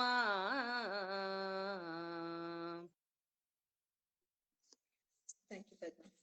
ಅಲ್ವಾ DVG ಅವರು ಹೇಳಿರೋ ಹಾಗೆ ತಾಳ್ಮೆ ಅಂದ್ರೆ ಸಹನೆನೆ ತುಂಬಾ ಮುಖ್ಯ ಅಂತ ಅವರು ಹೇಳಿದ್ದಾರೆ. ಹಾಗಾಗಿ ನಮ್ಮ ಕರ್ಮಶೇಷದ ಹೊದಿಕೆ ಕಳೆಯೋವರೆಗೂ ನಾವು ಕಾಯ್ಲೇಬೇಕು ಆ ಒಂದು ಒಳ್ಳೆ ದಿನಕ್ಕೋಸ್ಕರ. ಆದ್ರೆ ಆ ಒಳ್ಳೆ ದಿನ ಯಾವಾಗ ಬರುತ್ತೆ, ಈ ಕಷ್ಟದ ಕಾಲಗಳಿಗೆ ಯಾವಾಗ ಅಂತ್ಯ ಅಂತ ಅನ್ನೋ ಎಲ್ಲ ಪ್ರಶ್ನೆಗಳಿಗೆ ಉತ್ತರ ಕೊಡೋದೇ ಈ ಜ್ಯೋತಿಷ್ಯ ಶಾಸ್ತ್ರ. ನಮ್ಮ ಜೀವನಕ್ಕೆ ಉತ್ಸಾಹ ತುಂಬಿ ಭರವಸೆಯನ್ನ ನೀಡತ್ತೆ ಜ್ಯೋತಿಷ್ಯ ಶಾಸ್ತ್ರ. ಹೀಗೆ ನಮ್ಮ ಜೀವನಕ್ಕೆ ಬೆಳಕಾಗಿ ಬಂದಿರೋದ್ರಿಂದ ಇದನ್ನ ನಾವು ದೀಪಶಾಸ್ತ್ರ ಅಂತ ಹೇಳ್ತೀವಿ. ಆತ್ಮೋದ್ಧಾರಕ್ಕೆ ಇದು ಪೂರಕವಾಗಿರೋದ್ರಿಂದ ಇದನ್ನ ಪ್ರತ್ಯಕ್ಷ ಶಾಸ್ತ್ರ ಅಂತ ಹೇಳ್ತೀವಿ. ಅಷ್ಟೇ ಅಲ್ಲ, ಮುಂದಿನ ದಿನಗಳ ಭವಿಷ್ಯವನ್ನೂ ಕೂಡ ಇದನ್ನ ಹೇಳೋದ್ರಿಂದ ಇದನ್ನ ನಾವು ದರ್ಶನ ಶಾಸ್ತ್ರ ಅಂತಾನು ಹೇಳ್ತೀವಿ. ಎಲ್ಲಕ್ಕಿಂತ ಮುಖ್ಯವಾಗಿ ಇದು ಕಾಲವನ್ನ, ಸಮಯವನ್ನ ಸೂಚಿಸೋದ್ರಿಂದ ಇದನ್ನ ಕಾಲಜ್ಞಾನ ಅಂತ ಹೇಳ್ತೀವಿ. ಹಾಗಾಗಿ ಕಾಲಜ್ಞಾನ ಬೇರೆ ಅಲ್ಲ, ಜ್ಯೋತಿಷ್ಯ ಬೇರೆ ಅಲ್ಲ. ಇನ್ನು ಜೀವನ ಬೇರೆ ಅಲ್ಲ, ಕಾಲ ಬೇರೆ ಅಲ್ಲ ಅಲ್ವಾ? ನಾವು ಕಾಲದ ಜೊತೆ ಜೊತೆಗೆ ನಮ್ಮ ಜೀವನ ನಡೀತಾ ಹೋಗತ್ತೆ. ಹಾಗಾಗಿ ಜ್ಯೋತಿಷ್ಯ ಬೇರೆ, ನಮ್ಮ ಜೀವನ ಬೇರೆ ಅಂತ ಊಹಿಸ್ಕೊಳಕ್ಕೆ ಸಾಧ್ಯನೇ ಇಲ್ಲ. ನಮಗೇ ಗೊತ್ತಿಲ್ಲದ ಹಾಗೆ ಈ ಕಾಲಜ್ಞಾನ ಅಥವಾ ಈ ಜ್ಯೋತಿಷ್ಯ ನಮ್ಮ ಜೀವನದಲ್ಲಿ ಹಾಸು ಹೊಕ್ಕಾಗಿದೆ. ಹೇಗೆ ನಮ್ಮ ಜೀವನದಲ್ಲಿ ಅದ್ ಹೇಗೆ ಹಾಸು ಹೊಕ್ಕಾಗಿದೆ ಅಂತ ನೋಡೋಣ. ನಾವೆಲ್ಲ ಈ ಭೂಮಿ ಮೇಲೆ ವಾಸ ಮಾಡ್ತಾ ಇದ್ರು ಕೂಡ ನಮ್ಮೆಲ್ಲ ವ್ಯವಹಾರಗಳಿಗೆ ನಾವು ಆಕಾಶದತ್ತ ಮುಖ ಮಾಡಿ ಕತ್ತೆತ್ತಿ ನೋಡಿ ನಿರ್ಧಾರ ಮಾಡ್ತೀವಿ. ಹೇಗೆ ಅಂತೀರಾ? ನಮ್ಮೆಲ್ಲ ಹಬ್ಬ ಹರಿದಿನಗಳನ್ನ ಗಮನಿಸಿ. ಈಗ ಚೈತ್ರ ಮಾಸ ನವಮಿ ಬಂತು ಅಂದ್ರೆ ರಾಮನವಮಿ ಆಚರಣೆ ಮಾಡ್ತೀವಿ. ಅದೇ ಶ್ರಾವಣ ಮಾಸ ಅಷ್ಟಮಿ ಬಂದ್ರೆ ಗೋಕುಲಾಷ್ಟಮಿ ಮಾಡ್ತೀವಿ. ಹೀಗೆ ಎಲ್ಲಕ್ಕೂ ಸೂರ್ಯ ಚಂದ್ರರ ಚಲನೆಯೇ ಮುಖ್ಯ ಕಾರಣ ಆಗತ್ತೆ. ಅವುಗಳ ಚಲನೆ ಆಧಾರದಿಂದನೇ ಮಾಸ, ಪಕ್ಷ, ಆಯನ, ಋತು ಹಾಗೂ ಸಂವತ್ಸರ ಇದೆಲ್ಲ ಪರಿವರ್ತನೆಗಳಿಗೆ ಈ ಸೂರ್ಯಚಂದ್ರರ ಚಲನೆನೇ ಕಾರಣ ಆಗುತ್ತೆ. ಹೀಗೆ ನಾವು ಕಾಲದ ಜೊತೆಯೇ ನಾವು ಹೆಜ್ಜೆ ಹಾಕ್ಬೇಕಾಗಿರೋದ್ರಿಂದ ಕಾಲಜ್ಞಾನ ಬೇರೆ ಅಲ್ಲ, ಜ್ಯೋತಿಷ್ಯ ಬೇರೆ ಅಲ್ಲ. ಇನ್ನ ರೈತಾಪಿ ಜನಗಳನ್ನ ನಾವು ನೋಡೋದಾದ್ರೆ ಅವರು ಕೂಡ ಬೀಜ ಬಿತ್ತಕ್ಕೋ ಅಥವಾ ಕಟಾವ್ ಮಾಡಕ್ಕೋ ಆಕಾಶವನ್ನ ನೋಡಿನೇ ನಿರ್ಧಾರ ಮಾಡ್ತಾರೆ. ಒಂದ್ ಬೀಜ ಬಿತ್ತಬೇಕಾದ್ರೆ ಚಿತ್ತಿ ಮಳೆ, ಸ್ವಾತಿ ಮಳೆ ಅಂತ ಎದುರು ನೋಡ್ತಾ ಇರ್ತಾರೆ. ಹೀಗೆ ನಮ್ಮೆಲ್ಲ ವ್ಯವಹಾರಗಳಿಗೆ ಆಧಾರ ಆಗಿರೋದು ಆಕಾಶದಲ್ಲಿರೋ ಆ ನಕ್ಷತ್ರ, ಗ್ರಹ, ಉಪಗ್ರಹಗಳೇ ಆಗಿದೆ. ಇವುಗಳ ಪ್ರಭಾವ ಭೂಮಿ ಮೇಲಿರೋ ಮನುಷ್ಯರಿಗೆ ಮಾತ್ರ ಅಲ್ಲ, ಗಿಡ, ಮರ, ಪ್ರಾಣಿ, ಪಕ್ಷಿ ಎಲ್ಲವುಗಳ ಮೇಲೆ ಪ್ರಭಾವ ಬೀರುತ್ತೆ. ಹಾಗಾಗಿಯೇ ನಾವು ಜನಿಸಿದ ದಿನ ಇದ್ದ ಆ ಗ್ರಹ ನಕ್ಷತ್ರಗಳ ಪ್ರಭಾವ ತರಂಗಗಳಾಗಿ ಬಂದು ನಮ್ಮ ಜೀವನದುದ್ದಕ್ಕೂ ಅದು ಪರಿಣಾಮ ಬೀರುತ್ತೆ. ಹೀಗೆ ನಮ್ಮ ಜೀವನದಲ್ಲಿ, ನಮ್ಮೆಲ್ಲಾ ವ್ಯವಹಾರದಲ್ಲಿ ಈ ಕಾಲಜ್ಞಾನ ಅಥವಾ ಜ್ಯೋತಿಷ್ಯ ಹೇಗೆ ಹಾಸು ಹೊಕ್ಕಾಗಿದೆ ಅಂತ ನೋಡಿದ್ವಿ ದೈನಂದಿನ ಜೀವನದಲ್ಲಿ. ಇನ್ನು ವೈದಿಕ ಪರಂಪರೆಗೂ ಕೂಡ ಜ್ಯೋತಿಷ್ಯ ತುಂಬಾ ಮುಖ್ಯ ಆಗತ್ತೆ. ವೈದಿಕ ಪರಂಪರೆಗೂ ಜ್ಯೋತಿಷಕ್ಕೂ ಇರುವ ಸಂಬಂಧ ಹೇಗಿದೆ ಅಂತ ಈಗ ನೋಡೋಣ. ನಮ್ಮ ಹರಿದಾಸರುಗಳೆಲ್ಲ ಏನೋ ಸಕಲ ಗ್ರಹಬಲ ನೀನೆ ಸರಸಿಜಾಕ್ಷ ಅಂತ ಹೇಳಿ ಒಂದೇ ಮಾತಲ್ಲಿ ಬದುಕಿನ ಸಮಗ್ರತೆಯನ್ನ ಆ ಭಗವಂತನ ಚರಣಕ್ಕೆ ಒಪ್ಪಿಸಿ ನೆಮ್ಮದಿಯ ಸೂತ್ರವನ್ನ ಹಾಕೊಟ್ಬಿಟ್ರು. ಆದ್ರೆ ಅವನ ಪ್ರೀತಿಯನ್ನ ಪಡೆದು ಅವನ ಅನುಗ್ರಹವನ್ನ ನಾವು ಪಡಿಬೇಕಾದ್ರೆ ನಮ್ಮ ನಡೆ, ನುಡಿ, ಆಚಾರ, ವಿಚಾರ ಎಲ್ಲವೂ ಧರ್ಮ ಮಾರ್ಗದಲ್ಲೇ ನಡಿಬೇಕು. ಹಾಗಾದ್ರೆ ಧರ್ಮ ಮಾರ್ಗ ಯಾವುದು? ಆ ಧರ್ಮ ಮಾರ್ಗದಲ್ಲಿ ನಮ್ಮ ನಡೆ, ನುಡಿ ಹೇಗಿರ್ಬೇಕು ಅಂತ ತಿಳ್ಕೊಳ್ಳೋದು ಎಲ್ಲಿಂದ ಅಂತಂದ್ರೆ ಇದಕ್ಕೆಲ್ಲ ಮೂಲ ವೇದಗಳೇ ಆಗಿದೆ. ವೇದಗಳಲ್ಲಿ ನಮ್ಮ ಧರ್ಮ, ನಡತೆ, ಆಚಾರ, ವಿಚಾರ ಎಲ್ಲವನ್ನ ಹೇಳಿದ್ದಾರೆ. ವೇದವನ್ನ ಓದ್ಬೇಕು ಅಂದ್ರೆ ಮೊದಲು ಅದರ ಅಂಗಗಳಾದ 6 ಅಂಗಗಳನ್ನ ಮೊದಲು ತಿಳ್ಕೋಬೇಕು. ಯಾವುದು ವೇದದ ಆ 6 ಅಂಗಗಳು ಅಂತಂದ್ರೆ ಶಿಕ್ಷಾ, ವ್ಯಾಕರಣಂ, ಛಂದೋ, ನಿರುಕ್ತಂ, ಜ್ಯೋತಿಷಂ ತಥಾ ಕಲ್ಪಶ್ಚೇತಿ ಷಡಾಂಗಾನಿ ವೇದಸ್ಯಾಹುರ್ ಮನೀಷಿಣಃ ಅಂತ ವೇದದಲ್ಲೇ ಉಲ್ಲೇಖ ಇದೆ. ಹೀಗೆ ಜ್ಯೋತಿಷ್ಯ ವೇದದ ಒಂದು ಅಂಗವಾಗಿ ಬಂದಿದೆ. ಜ್ಯೋತಿಷ್ಯವನ್ನ ಬಿಟ್ಟು ಉಳಿದ 5 ಅಂಗಗಳಿದೆಯಲ್ಲ, ಶಿಕ್ಷಾ, ನಿರುಕ್ತ, ಛಂದ, ಕಲ್ಪ ಇದೆಲ್ಲವೂ ಕೂಡ ಶಬ್ದಶಾಸ್ತ್ರದ ಮೇಲೆ ಹೊರಟಿದೆ. ಅಂದ್ರೆ ಈಗ ಛಂದಸ್ಸು ಯಾಕೆ ಬೇಕು ಕಾವ್ಯಕ್ಕೆ ಅಂತಂದ್ರೆ ಕಾವ್ಯದ ಗತಿಯನ್ನ, ಲಯವನ್ನ ಕೊಡಕ್ಕೆ ಛಂದಸ್ಸು ಮುಖ್ಯ. ಅದ್ ಹೇಗೆ ಮುಖ್ಯ ಆಗತ್ತೆ ಅಂತ ಅದನ್ನ ಹೇಳ್ಕೊಡತ್ತೆ. ಇನ್ನು ನಿರುಕ್ತ ಒಂದು ಪದದ ವ್ಯುತ್ಪತ್ತಿ ಹೇಗಾಗತ್ತೆ, ಎಟಿಮಾಲಜಿ ಅಂತ ನಾವೇನ್ ಹೇಳ್ತೀವಿ, ಹಾಗೆ ಪದದ ವ್ಯುತ್ಪತ್ತಿ ಬಗ್ಗೆ ನಿರುಕ್ತ ಹೇಳತ್ತೆ. ಇನ್ನು ಭಾಷಾ ಶುದ್ಧತೆ ಬಗ್ಗೆ ವ್ಯಾಕರಣ ಹೇಳತ್ತೆ. ಹೀಗೆ ಇದೆಲ್ಲವೂ ಶಬ್ದಶಾಸ್ತ್ರದ ಮೇಲೆ ಹೊರಟ್ರೆ ಜ್ಯೋತಿಷ್ಯ ಅದನ್ನ ಎಷ್ಟು ಕಾಲದಲ್ಲಿ, ಯಾವ ಸಮಯದಲ್ಲಿ ಹೇಳ್ಬೇಕು ಅಂತ ಕಾಲದ ಸೂಚನೆಯನ್ನ ಜ್ಯೋತಿಷ್ಯ ಕೊಡುತ್ತೆ. ಹೀಗೆ ಈ ಅಂಗಗಳನ್ನೆಲ್ಲ ನಾವು ವೇದ ಪುರುಷನ ಅಂಗಗಳಿಗೆ ಸಮನ್ವಯ ಮಾಡಿದಾಗ ಒಂದು ಮುಖ, ಮೂಗು, ಬಾಯಿ, 2 ಹಸ್ತಗಳು ಹಾಗೂ 2 ಪಾದಗಳು ಆದ್ರೆ ಜ್ಯೋತಿಷ್ಯ ವೇದ ಪುರುಷನ ಕಣ್ಣೇ ಆಗಿದೆ ಅಂತ ಹೇಳುತ್ತೆ. ಸರ್ವಾಂಗಾನ ನಯನಂ ಪ್ರಧಾನಂ ಅಂತ ಹೇಳೋ ಹಾಗೆ ಎಲ್ಲಾ ಅಂಗಗಳಲ್ಲೂ ಕಣ್ಣೇ ಬಹಳ ಮುಖ್ಯವಾದ ಅಂಗ ಆಗಿದೆ. ಎಲ್ಲಾ ಇದ್ದು ಕಣ್ಣೇ ಇಲ್ಲ ಅಂತಂದ್ರೆ ವ್ಯರ್ಥ ಅಲ್ವೇ? ಹಾಗಾಗಿ ಜ್ಯೋತಿಷ್ಯ ಈ ಷಡಾಂಗಗಳಲ್ಲಿ ಮುಖ್ಯವಾದ ಅಂಗ ಅಂತ ವೇದಗಳಲ್ಲೇ ಉಲ್ಲೇಖ ಇದೆ. ಇನ್ನು ಇದರ ಜ್ಯೋತಿಷ್ಯ ಅಥವಾ ಕಾಲಜ್ಞಾನದ ನಂಟು ವೈದಿಕ ಪರಂಪರೆಯಲ್ಲಿ ಎಲ್ಲಿದೆ, ಹೇಗಿದೆ ಅಂತ ನೋಡೋಣ. ಈ ನಮ್ಮ ಭರತ ಭೂಮಿನ ನಾವು ತಪೋಭೂಮಿ, ಕರ್ಮಭೂಮಿ ಅಂತೆಲ್ಲ ಕರಿತೀವಿ. ಯಾಕೆ? ನಮ್ಮೆಲ್ಲಾ ಋಷಿ ಮುನಿಗಳು ತಮ್ಮ ತಪೋಬಲವನ್ನ ಇಲ್ಲಿ ಧಾರೆ ಎರೆದಿದ್ದಾರೆ. ಅವರು ಸಿದ್ಧಿ ಮಾಡ್ಕೊಂಡ ಮಂತ್ರಗಳನ್ನ ನಮಗೂ ಕೊಟ್ಟಿದ್ದಾರೆ. ಆ ಮಂತ್ರಗಳನ್ನ ನಾವು ಸಿದ್ಧಿ ಮಾಡ್ಕೋಬೇಕು ಅಂದ್ರೆ ನಾವು ಅದನ್ನ ಸರಿಯಾದ ಸಮಯದಲ್ಲಿ ಪಠಣೆ ಮಾಡ್ಬೇಕು. ಮಂತ್ರ ತಂತ್ರಗಳೆಲ್ಲ ಸಿಕ್ಕಿದೆ, ಆದ್ರೆ ಹೇಳಿದ ಸಮಯವೇ ಸರಿ ಇಲ್ಲ ಅಂತಂದ್ರೆ ವ್ಯರ್ಥ ಅಲ್ವೇ? ಕೆಲವು ಮಂತ್ರಗಳನ್ನ ನಾವು ಪ್ರಾತಃ ಕಾಲದಲ್ಲೇ ಹೇಳ್ಬೇಕು, ಇನ್ ಕೆಲವು ಮಂತ್ರಗಳನ್ನ ಸಂಜೆ ಕಾಲದಲ್ಲೇ ಹೇಳ್ಬೇಕು. ಹಾಗಾಗಿ ಹೇಳೋ ಸಮಯ ತುಂಬಾ ಮುಖ್ಯ ಆಗತ್ತೆ. ಒಂದು ಮಂತ್ರನೋ ಅಥವಾ ವೇದದಲ್ಲಿ ಹೇಳಿರುವ ಒಂದು ಯಜ್ಞವನ್ನೋ ಮಾಡ್ಬೇಕು ಅಂತಂದ್ರೆ ನಮಗೆ ಸಮಯದ ಪರಿಜ್ಞಾನ ತುಂಬಾ ಚೆನ್ನಾಗಿರ್ಬೇಕು. ಉದಾಹರಣೆಗೆ ವೇದದಲ್ಲಿ ಹೇಳಿರತ್ತೆ ಅನ್ಕೊಳ್ಳಿ, ವಸಂತ ಕಾಲದಲ್ಲಿ ಇಂಥ ಯಜ್ಞ ಮಾಡಿದ್ರೆ ಇಂಥ ಫಲ ಸಿಗತ್ತೆ ಅಂತ ಹೇಳಿರ್ತಾರೆ. ಆ ವ್ಯಕ್ತಿಗೆ ವಸಂತ ಕಾಲ ಯಾವಾಗ ಬರುತ್ತೆ ಅನ್ನೋ ಪರಿಜ್ಞಾನ ತುಂಬಾ ಚೆನ್ನಾಗಿ ಗೊತ್ತಿರ್ಬೇಕು. ಆ ಕಾಲದಲ್ಲಿ ಮಾಡಿದಾಗ ಮಾತ್ರ ಆ ಫಲವನ್ನ ಅವನು ಪಡೆಯಕ್ಕೆ ಸಾಧ್ಯ ಆಗತ್ತೆ. ಇಷ್ಟೇ ಅಲ್ಲ, ಇನ್ನ ವೈದಿಕರು ಆಶೀರ್ವಾದ ಮಾಡ್ಬೇಕಾದ್ರೆ ಅಲ್ಲೂ ಗಮನಿಸಿ, ಅಲ್ಲೂ ಕೂಡ ಈ ಕಾಲದ ಶಬ್ದನೇ ಬರುತ್ತೆ. ಏನಂತ ಆಶೀರ್ವಾದ ಮಾಡ್ತಾರೆ ವೈದಿಕ ಪರಂಪರೆಯಲ್ಲಿ? ಜೀವೇನ ಶರದ ಶತಂ ಶತಮಾನಂ ಭವತಿ ಶತಾಯುಹು ಅಂತ ಹೇಳ್ತಾರೆ. ಏನು ಜೀವೇನ ಶರದ ಶತಂ ಅಂತಂದ್ರೆ ನೀನು 100 ಶರದೃತುಗಳನ್ನು ಕಾಣುವಷ್ಟು ಕಾಲ ಜೀವಿಸು ಅಂತ ಹೇಳ್ತಾರೆ. 100 ಅನ್ನೋದು ಕಾಲವನ್ನ ಸೂಚಿಸುವಂತ ಶಬ್ದ. ಮತ್ತೆ ಶತಮಾನಂ ಭವತಿ ಶತಾಯುಹು ಅಂದ್ರೂ ಕೂಡ ನೀನು ಪೂರ್ಣ 100 ವರ್ಷ ಆಯಸ್ಸನ್ನ ಹೊಂದಿ ನೀನು ಜೀವನ ಮಾಡು ಅಂತ. ಹೀಗೆ ಒಂದು ಮಂತ್ರದಲ್ಲಾಗ್ಬೋದು, ಒಂದು ಆಶೀರ್ವಾದದ ರೂಪದಲ್ಲಾಗ್ಬೋದು, ಎಲ್ಲಾ ಕಡೆ ಕಾಲದ ಶಬ್ದ ಬಂದೇ ಇರತ್ತೆ. ಹಾಗಾಗಿ ಈ ಕಾಲವನ್ನ ಸರಿಯಾಗಿ ನಿರ್ದೇಶಿಸುವ ಸಲುವಾಗಿ ವೇದದ ಅಂಗವಾಗಿ ಜ್ಯೋತಿಷ್ಯ ಹೊರಟಿತು. ನಮ್ಮ ಜೀವನದಲ್ಲಿ ಜನನದಿಂದ ಮರಣದವರೆಗೆ ನಡೆಯುವ ಎಲ್ಲಾ ಘಟನೆಗಳನ್ನ ಇದು ತೋರಿಸುವ ಭೂಪಟವೇ ಆಗಿರೋದ್ರಿಂದ ಇದೇ ನಮ್ಮ ಜನ್ಮ ಜಾತಕದ ವಿಶೇಷತೆ ಅಂತ ಹೇಳ್ಬೋದು.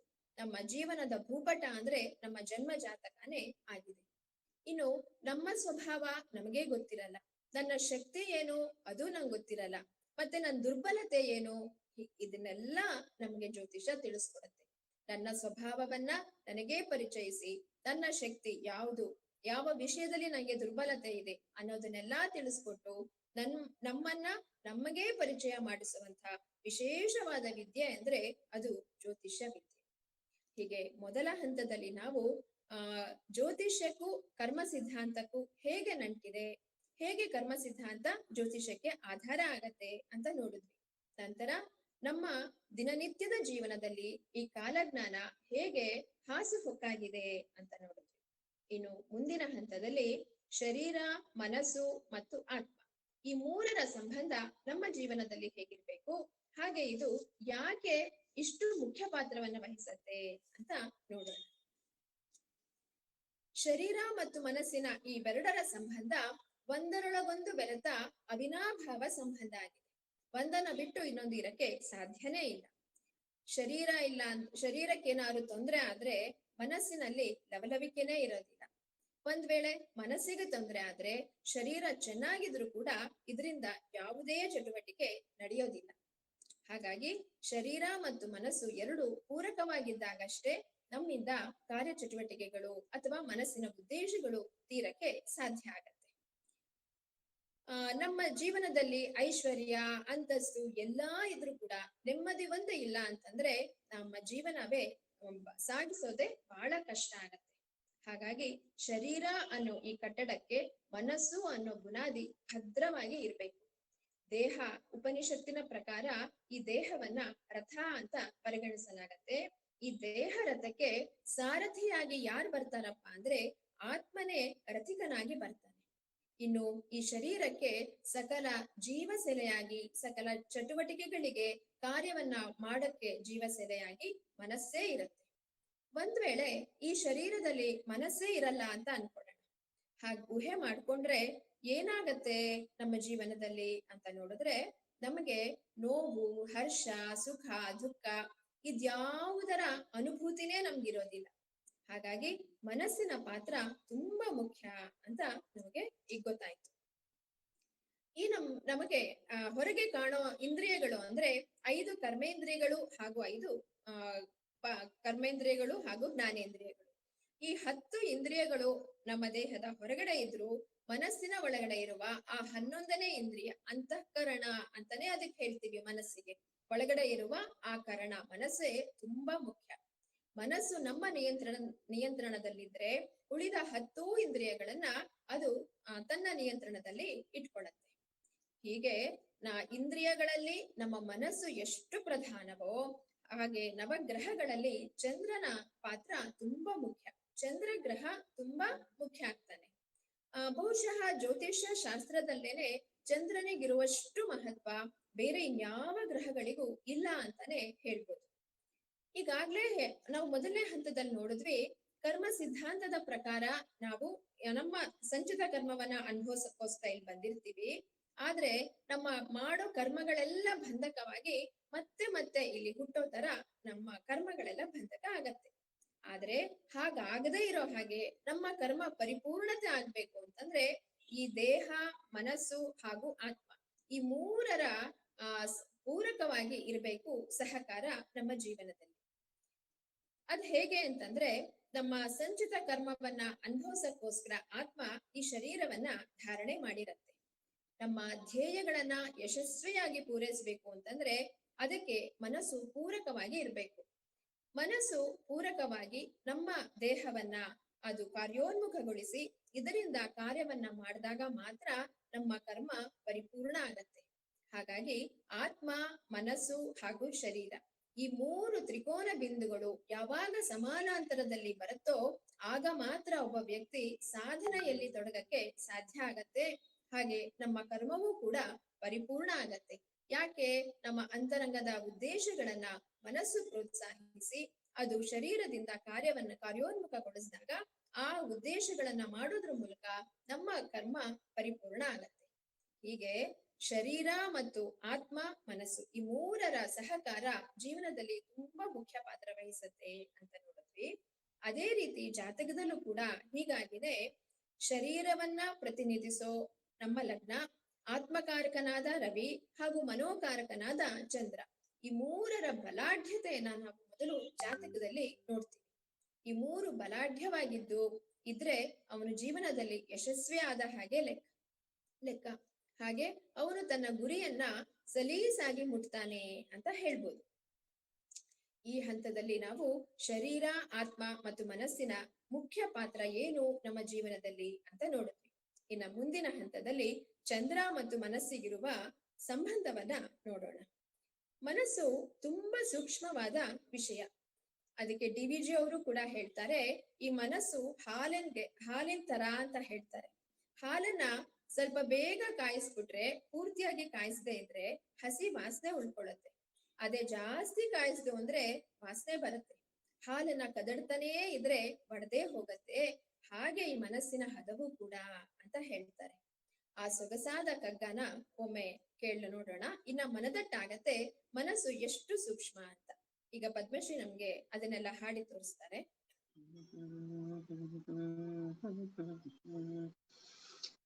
ಕುದಿ ಹೆಚ್ಚೆವೆಗಟಹುದು ಕಡಿಮೆಯಿರೆ ಹಸಿನಾತ ಕದಡಲೊಡೆವುದು ಹಾಲು ಸೂಕ್ಷ್ಮವದರಹದ ಅದರ ಒಲೆ ಮನದಹದ ಅದನೇ ಚರದಿ ನೋಡು ಬದುಕು ಸೊಗಹದದಿಂದ ಮಂಕುತಿಮ್ಮ.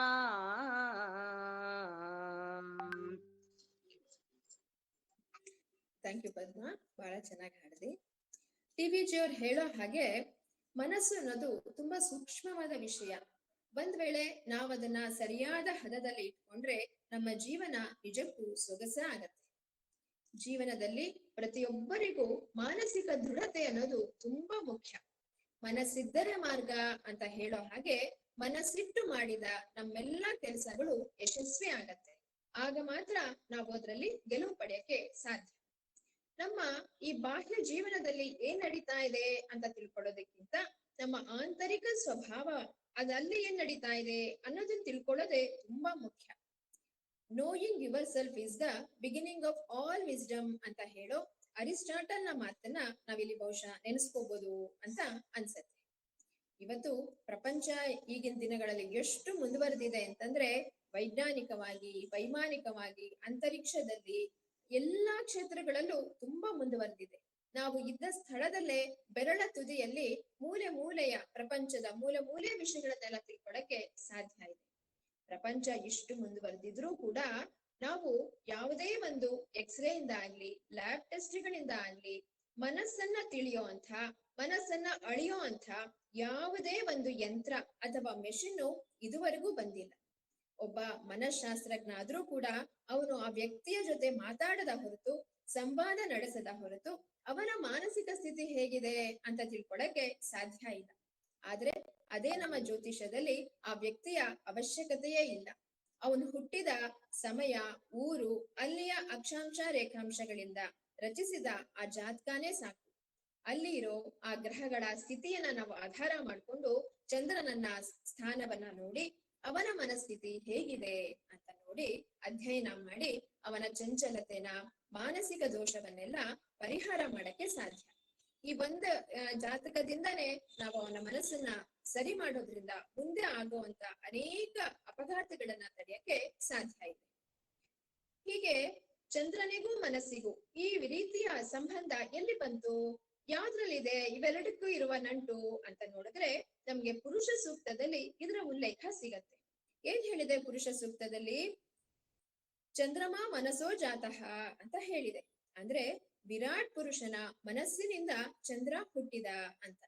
ಈ ನಿಕಟ ಸಂಬಂಧ ಇರೋದ್ರಿಂದಾನೇ ಚಂದ್ರನನ್ನ ನಾವು ಜ್ಯೋತಿಷ್ಯ ಶಾಸ್ತ್ರದಲ್ಲಿ ಮನೋಕಾರಕ ಗ್ರಹ ಅಂತ ಹೇಳ್ತೀವಿ. ಮನ ಏವ ಮನುಷ್ಯಾಣಂ ಕಾರಣಂ ಬಂಧ ಮೋಕ್ಷಯೋಹೋ ಅಂತ ಹೇಳೋ ಹಾಗೆ ಮನಸ್ಸೇ ನಮ್ಮೆಲ್ಲಾ ಸಮಸ್ಯೆಗಳಿಗೂ ಮೂಲನೂ ಹೌದು. ಈ ಮನಸ್ಸೇ ಆ ಸಮಸ್ಯೆಗಳಿಂದ ಬಿಡುಗಡೆಗೂ ಕೂಡ ಕಾರಣ ಮನಸ್ಸೇ ಆಗತ್ತೆ. ಹಾಗಾಗಿ ಈ ಮನಸ್ಸನ್ನ ನಿಯಂತ್ರಣದಲ್ಲಿಟ್ಕೊಳ್ಳೋದು ತುಂಬಾ ಮುಖ್ಯ. ಆದ್ರೆ ಈ ಮನಸ್ಸಿನ ನಿಯಂತ್ರಣ ಹೇಳಿದಷ್ಟು ಸುಲಭ ಅಲ್ಲ, ಆದ್ರೆ ಅಸಾಧ್ಯನೂ ಅಲ್ಲ. ಈ ಮನಸ್ಸು ಕನ್ನಡಿ ಇದ್ದ ಹಾಗೆ. ಕನ್ನಡಿ ಮೇಲೆ ಯಾವ ಬಿಂಬ ಬೀಳತ್ತೋ ಅದನ್ನ ಹೇಗೆ ಅದು ಪ್ರತಿಫಲಿಸುತ್ತೋ ಅದೇ ರೀತಿ ನಮ್ಮ ಮನಸ್ಸಿನ ಮೇಲೆ ಯಾವ ಗುಣ, ಸ್ವಭಾವ, ವಾತಾವರಣನ ನಾವು ಕೊಡ್ತೀವೋ, ಬಿತ್ತುತ್ತೀವೋ ಅದರ ಪ್ರತಿಫಲವನ್ನೇ ನಾವು ಅನುಭವಿಸ್ತೀವಿ. ಹಾಗಾಗಿನೇ ಮನಸ್ಸಿಗೆ ನಾವು ಸದಾ ಕಾಲ ಒಳ್ಳೆ ಚಿಂತನೆಗಳನ್ನೇ ಕೊಡ್ತಾ ಇರ್ಬೇಕು, ಒಳ್ಳೇದನ್ನೇ ಕೇಳ್ತಾ ಇರ್ಬೇಕು, ಸಜ್ಜನರ ಸಂಘದಲ್ಲೇ ಇರ್ಬೇಕು. ಆಗ ನಮ್ಮ ಮನಸ್ಸು ಆರೋಗ್ಯ ಸ್ಥಿತಿಯಲ್ಲಿ ಇರುತ್ತೆ. ಹೀಗೆ ಇಷ್ಟೊತ್ತಿನ ತನಕ ನಾವು ಚಂದ್ರನಿಗೂ ಮನಸ್ಸಿಗೂ ಹೇಗೆ ಸಂಬಂಧ ಅಂತ ನೋಡಿದ್ವಿ. ಇನ್ನು ಈಗ ಥಿಯರಿ ಇಷ್ಟವರೆಗಾದ್ರೆ ಪ್ರಾಕ್ಟಿಕಲ್ ಇವಾಗ ಹೇಗೆ ಅಂತ ನೋಡೋಣ. ಜಾತಕದಲ್ಲಿ ನಾವು ಚಂದ್ರನನ್ನ ಅಧ್ಯಯನ ಮಾಡ್ಕೊಳ್ತಾ ಮನಸ್ಸನ್ನ ಹೇಗೆ ತಿಳ್ಕೊಳಕ್ ಸಾಧ್ಯ ಇದೆ ಅಂತ ನೋಡೋಣ. ಜ್ಯೋತಿಷ್ಯದಲ್ಲಿ ಒಂದು ಮಾತಿದೆ, ನಕ್ಷತ್ರಂಚ ಚತುರ್ಗುಣಂ ಚಂದ್ರಃ ಶತಗುಣಂ ಪ್ರೋಕ್ತಃ ಅಂತ. ಅಂದ್ರೆ ಒಂದು ನಕ್ಷತ್ರ 4ರಷ್ಟು ಫಲ ಕೊಟ್ರೆ ಒಂದು ಶುಭ ಚಂದ್ರ 100ಕ್ಕೆ 100ರಷ್ಟು ಫಲ ಕೊಡ್ತಾನೆ ಅಂತ. ಹಾಗಾಗಿ ಚಂದ್ರ ನಮ್ಮ ಜಾತಕದಲ್ಲಿ ತುಂಬಾ ಮುಖ್ಯ ಪಾತ್ರವನ್ನ ವಹಿಸ್ತಾನೆ. ಚಂದ್ರನ ಮಹತ್ವ ಏನು ಅಂತ ನೋಡೋದಾದ್ರೆ, ನಾವು ಜನಿಸಿದ ದಿನ ಚಂದ್ರ ಯಾವ ನಕ್ಷತ್ರದಲ್ಲಿ ಸ್ಥಿತನಾಗಿರ್ತಾನೋ ಅದೇ ನಮ್ಮ ಜನ್ಮ ನಕ್ಷತ್ರ ಆಗತ್ತೆ. ನಮ್ಮ ರಾಶಿ ಕುಂಡಲಿಯಲ್ಲಿ ಚಂದ್ರ ಯಾವ ರಾಶಿಯಲ್ಲಿ ಸ್ಥಿತನಾಗಿರ್ತಾನೋ ಆ ರಾಶಿಯೇ ನಮ್ಮ ಜನ್ಮ ರಾಶಿ ಆಗತ್ತೆ. ಇನ್ನು ಮುಂದಿನ ಜೀವನದಲ್ಲಿ ಯಾವುದೇ ಒಂದು ಶುಭ ಕಾರ್ಯಗಳನ್ನ ಮಾಡ್ಬೇಕಾದ್ರೆ ಮುಖ್ಯವಾಗಿ ನಾವು ಚಂದ್ರ ಬಲವನ್ನು ಕೂಡ ನೋಡ್ಬೇಕು. ಯಾಕೆಂದ್ರೆ ಯಾವುದೇ ಒಂದು ಕೆಲಸ ಮಾಡ್ಬೇಕಾದ್ರೆ ಮಾನಸಿಕ ಶಕ್ತಿ ಇರ್ಬೇಕು, ಮನಸ್ಸು ಚೆನ್ನಾಗಿರ್ಬೇಕು. ಆಮೇಲೆ ಈಗಿನ ಸಮಯ ಹೇಗಿದೆ ನಂಗೆ ಅಂತ, ನಡೀತಾ ಇರೋ ಸಮಯ ಹೇಗಿದೆ ಅಂತ ನೋಡ್ಬೇಕು ಅಂದ್ರೆ ಅದಕ್ಕೆ ದಶಾಭುಕ್ತಿನ ನೋಡ್ತೀವಿ. ಈ ದಶೆಯ ಆರಂಭಕ್ಕೂ ಕೂಡ ಚಂದ್ರನೇ ಕಾರಣ ಆಗ್ತಾನೆ. ಚಂದ್ರ ಯಾವ ನಕ್ಷತ್ರದಲ್ಲಿ ಸ್ಥಿತನಾಗಿರ್ತಾನೋ ಆ ನಕ್ಷತ್ರದಿಂದಲೇ ದಶೆ ಅನ್ನೋದು ಕೂಡ ಪ್ರಾರಂಭ ಆಗತ್ತೆ. ಇನ್ನು ಚಂದ್ರ ನಮ್ಮ ಜಾತಕದಲ್ಲಿ ಒಂದು ಉತ್ತಮ ಸ್ಥಾನದಲ್ಲಿದ್ದು ಅವನ ಬಲಾಢ್ಯನಾಗಿದ್ದು ಉತ್ತಮ ಗ್ರಹಗಳ ಸಂಯೋಗವೋ ದೃಷ್ಟಿಯನ್ನು ಪಡೆದಿದ್ರೆ ಅವನು ಜೀವನದಲ್ಲಿ ಯಶಸ್ವಿ ಆಗ್ತಾನೆ ಅಂತ ಹೇಳ್ಬೋದು. ಅವನ ಮಾನಸಿಕ ಸ್ಥಿತಿಯೂ ಕೂಡ ತುಂಬಾ ಚೆನ್ನಾಗಿದೆ ಅಂತ ಹೇಳ್ಬೋದು.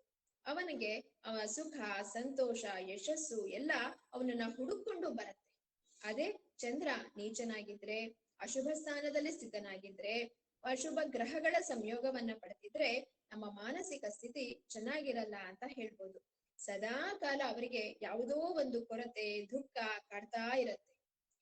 ಇನ್ನು ನಮ್ಮ ಮನಸ್ಸನ್ನ ಇನ್ನೂ ಯಾವ ರೀತಿ ವಿಶ್ಲೇಷಣೆ ಮಾಡ್ಬೋದು ಚಂದ್ರನಿಂದ ಅಂತ ನೋಡಿದಾಗ, ಚಂದ್ರನ ಆಧಾರ ಮಾಡ್ಕೊಂಡು ನಮ್ಮ ಮನಸ್ಸು ಚಂಚಲವೋ, ಸ್ಥಿರವೋ ಅಥವಾ ದ್ವಿಸ್ವಭಾವವೋ ಅಂತ ಕೂಡ ಹೇಳಕ್ ಸಾಧ್ಯ ಇದೆ.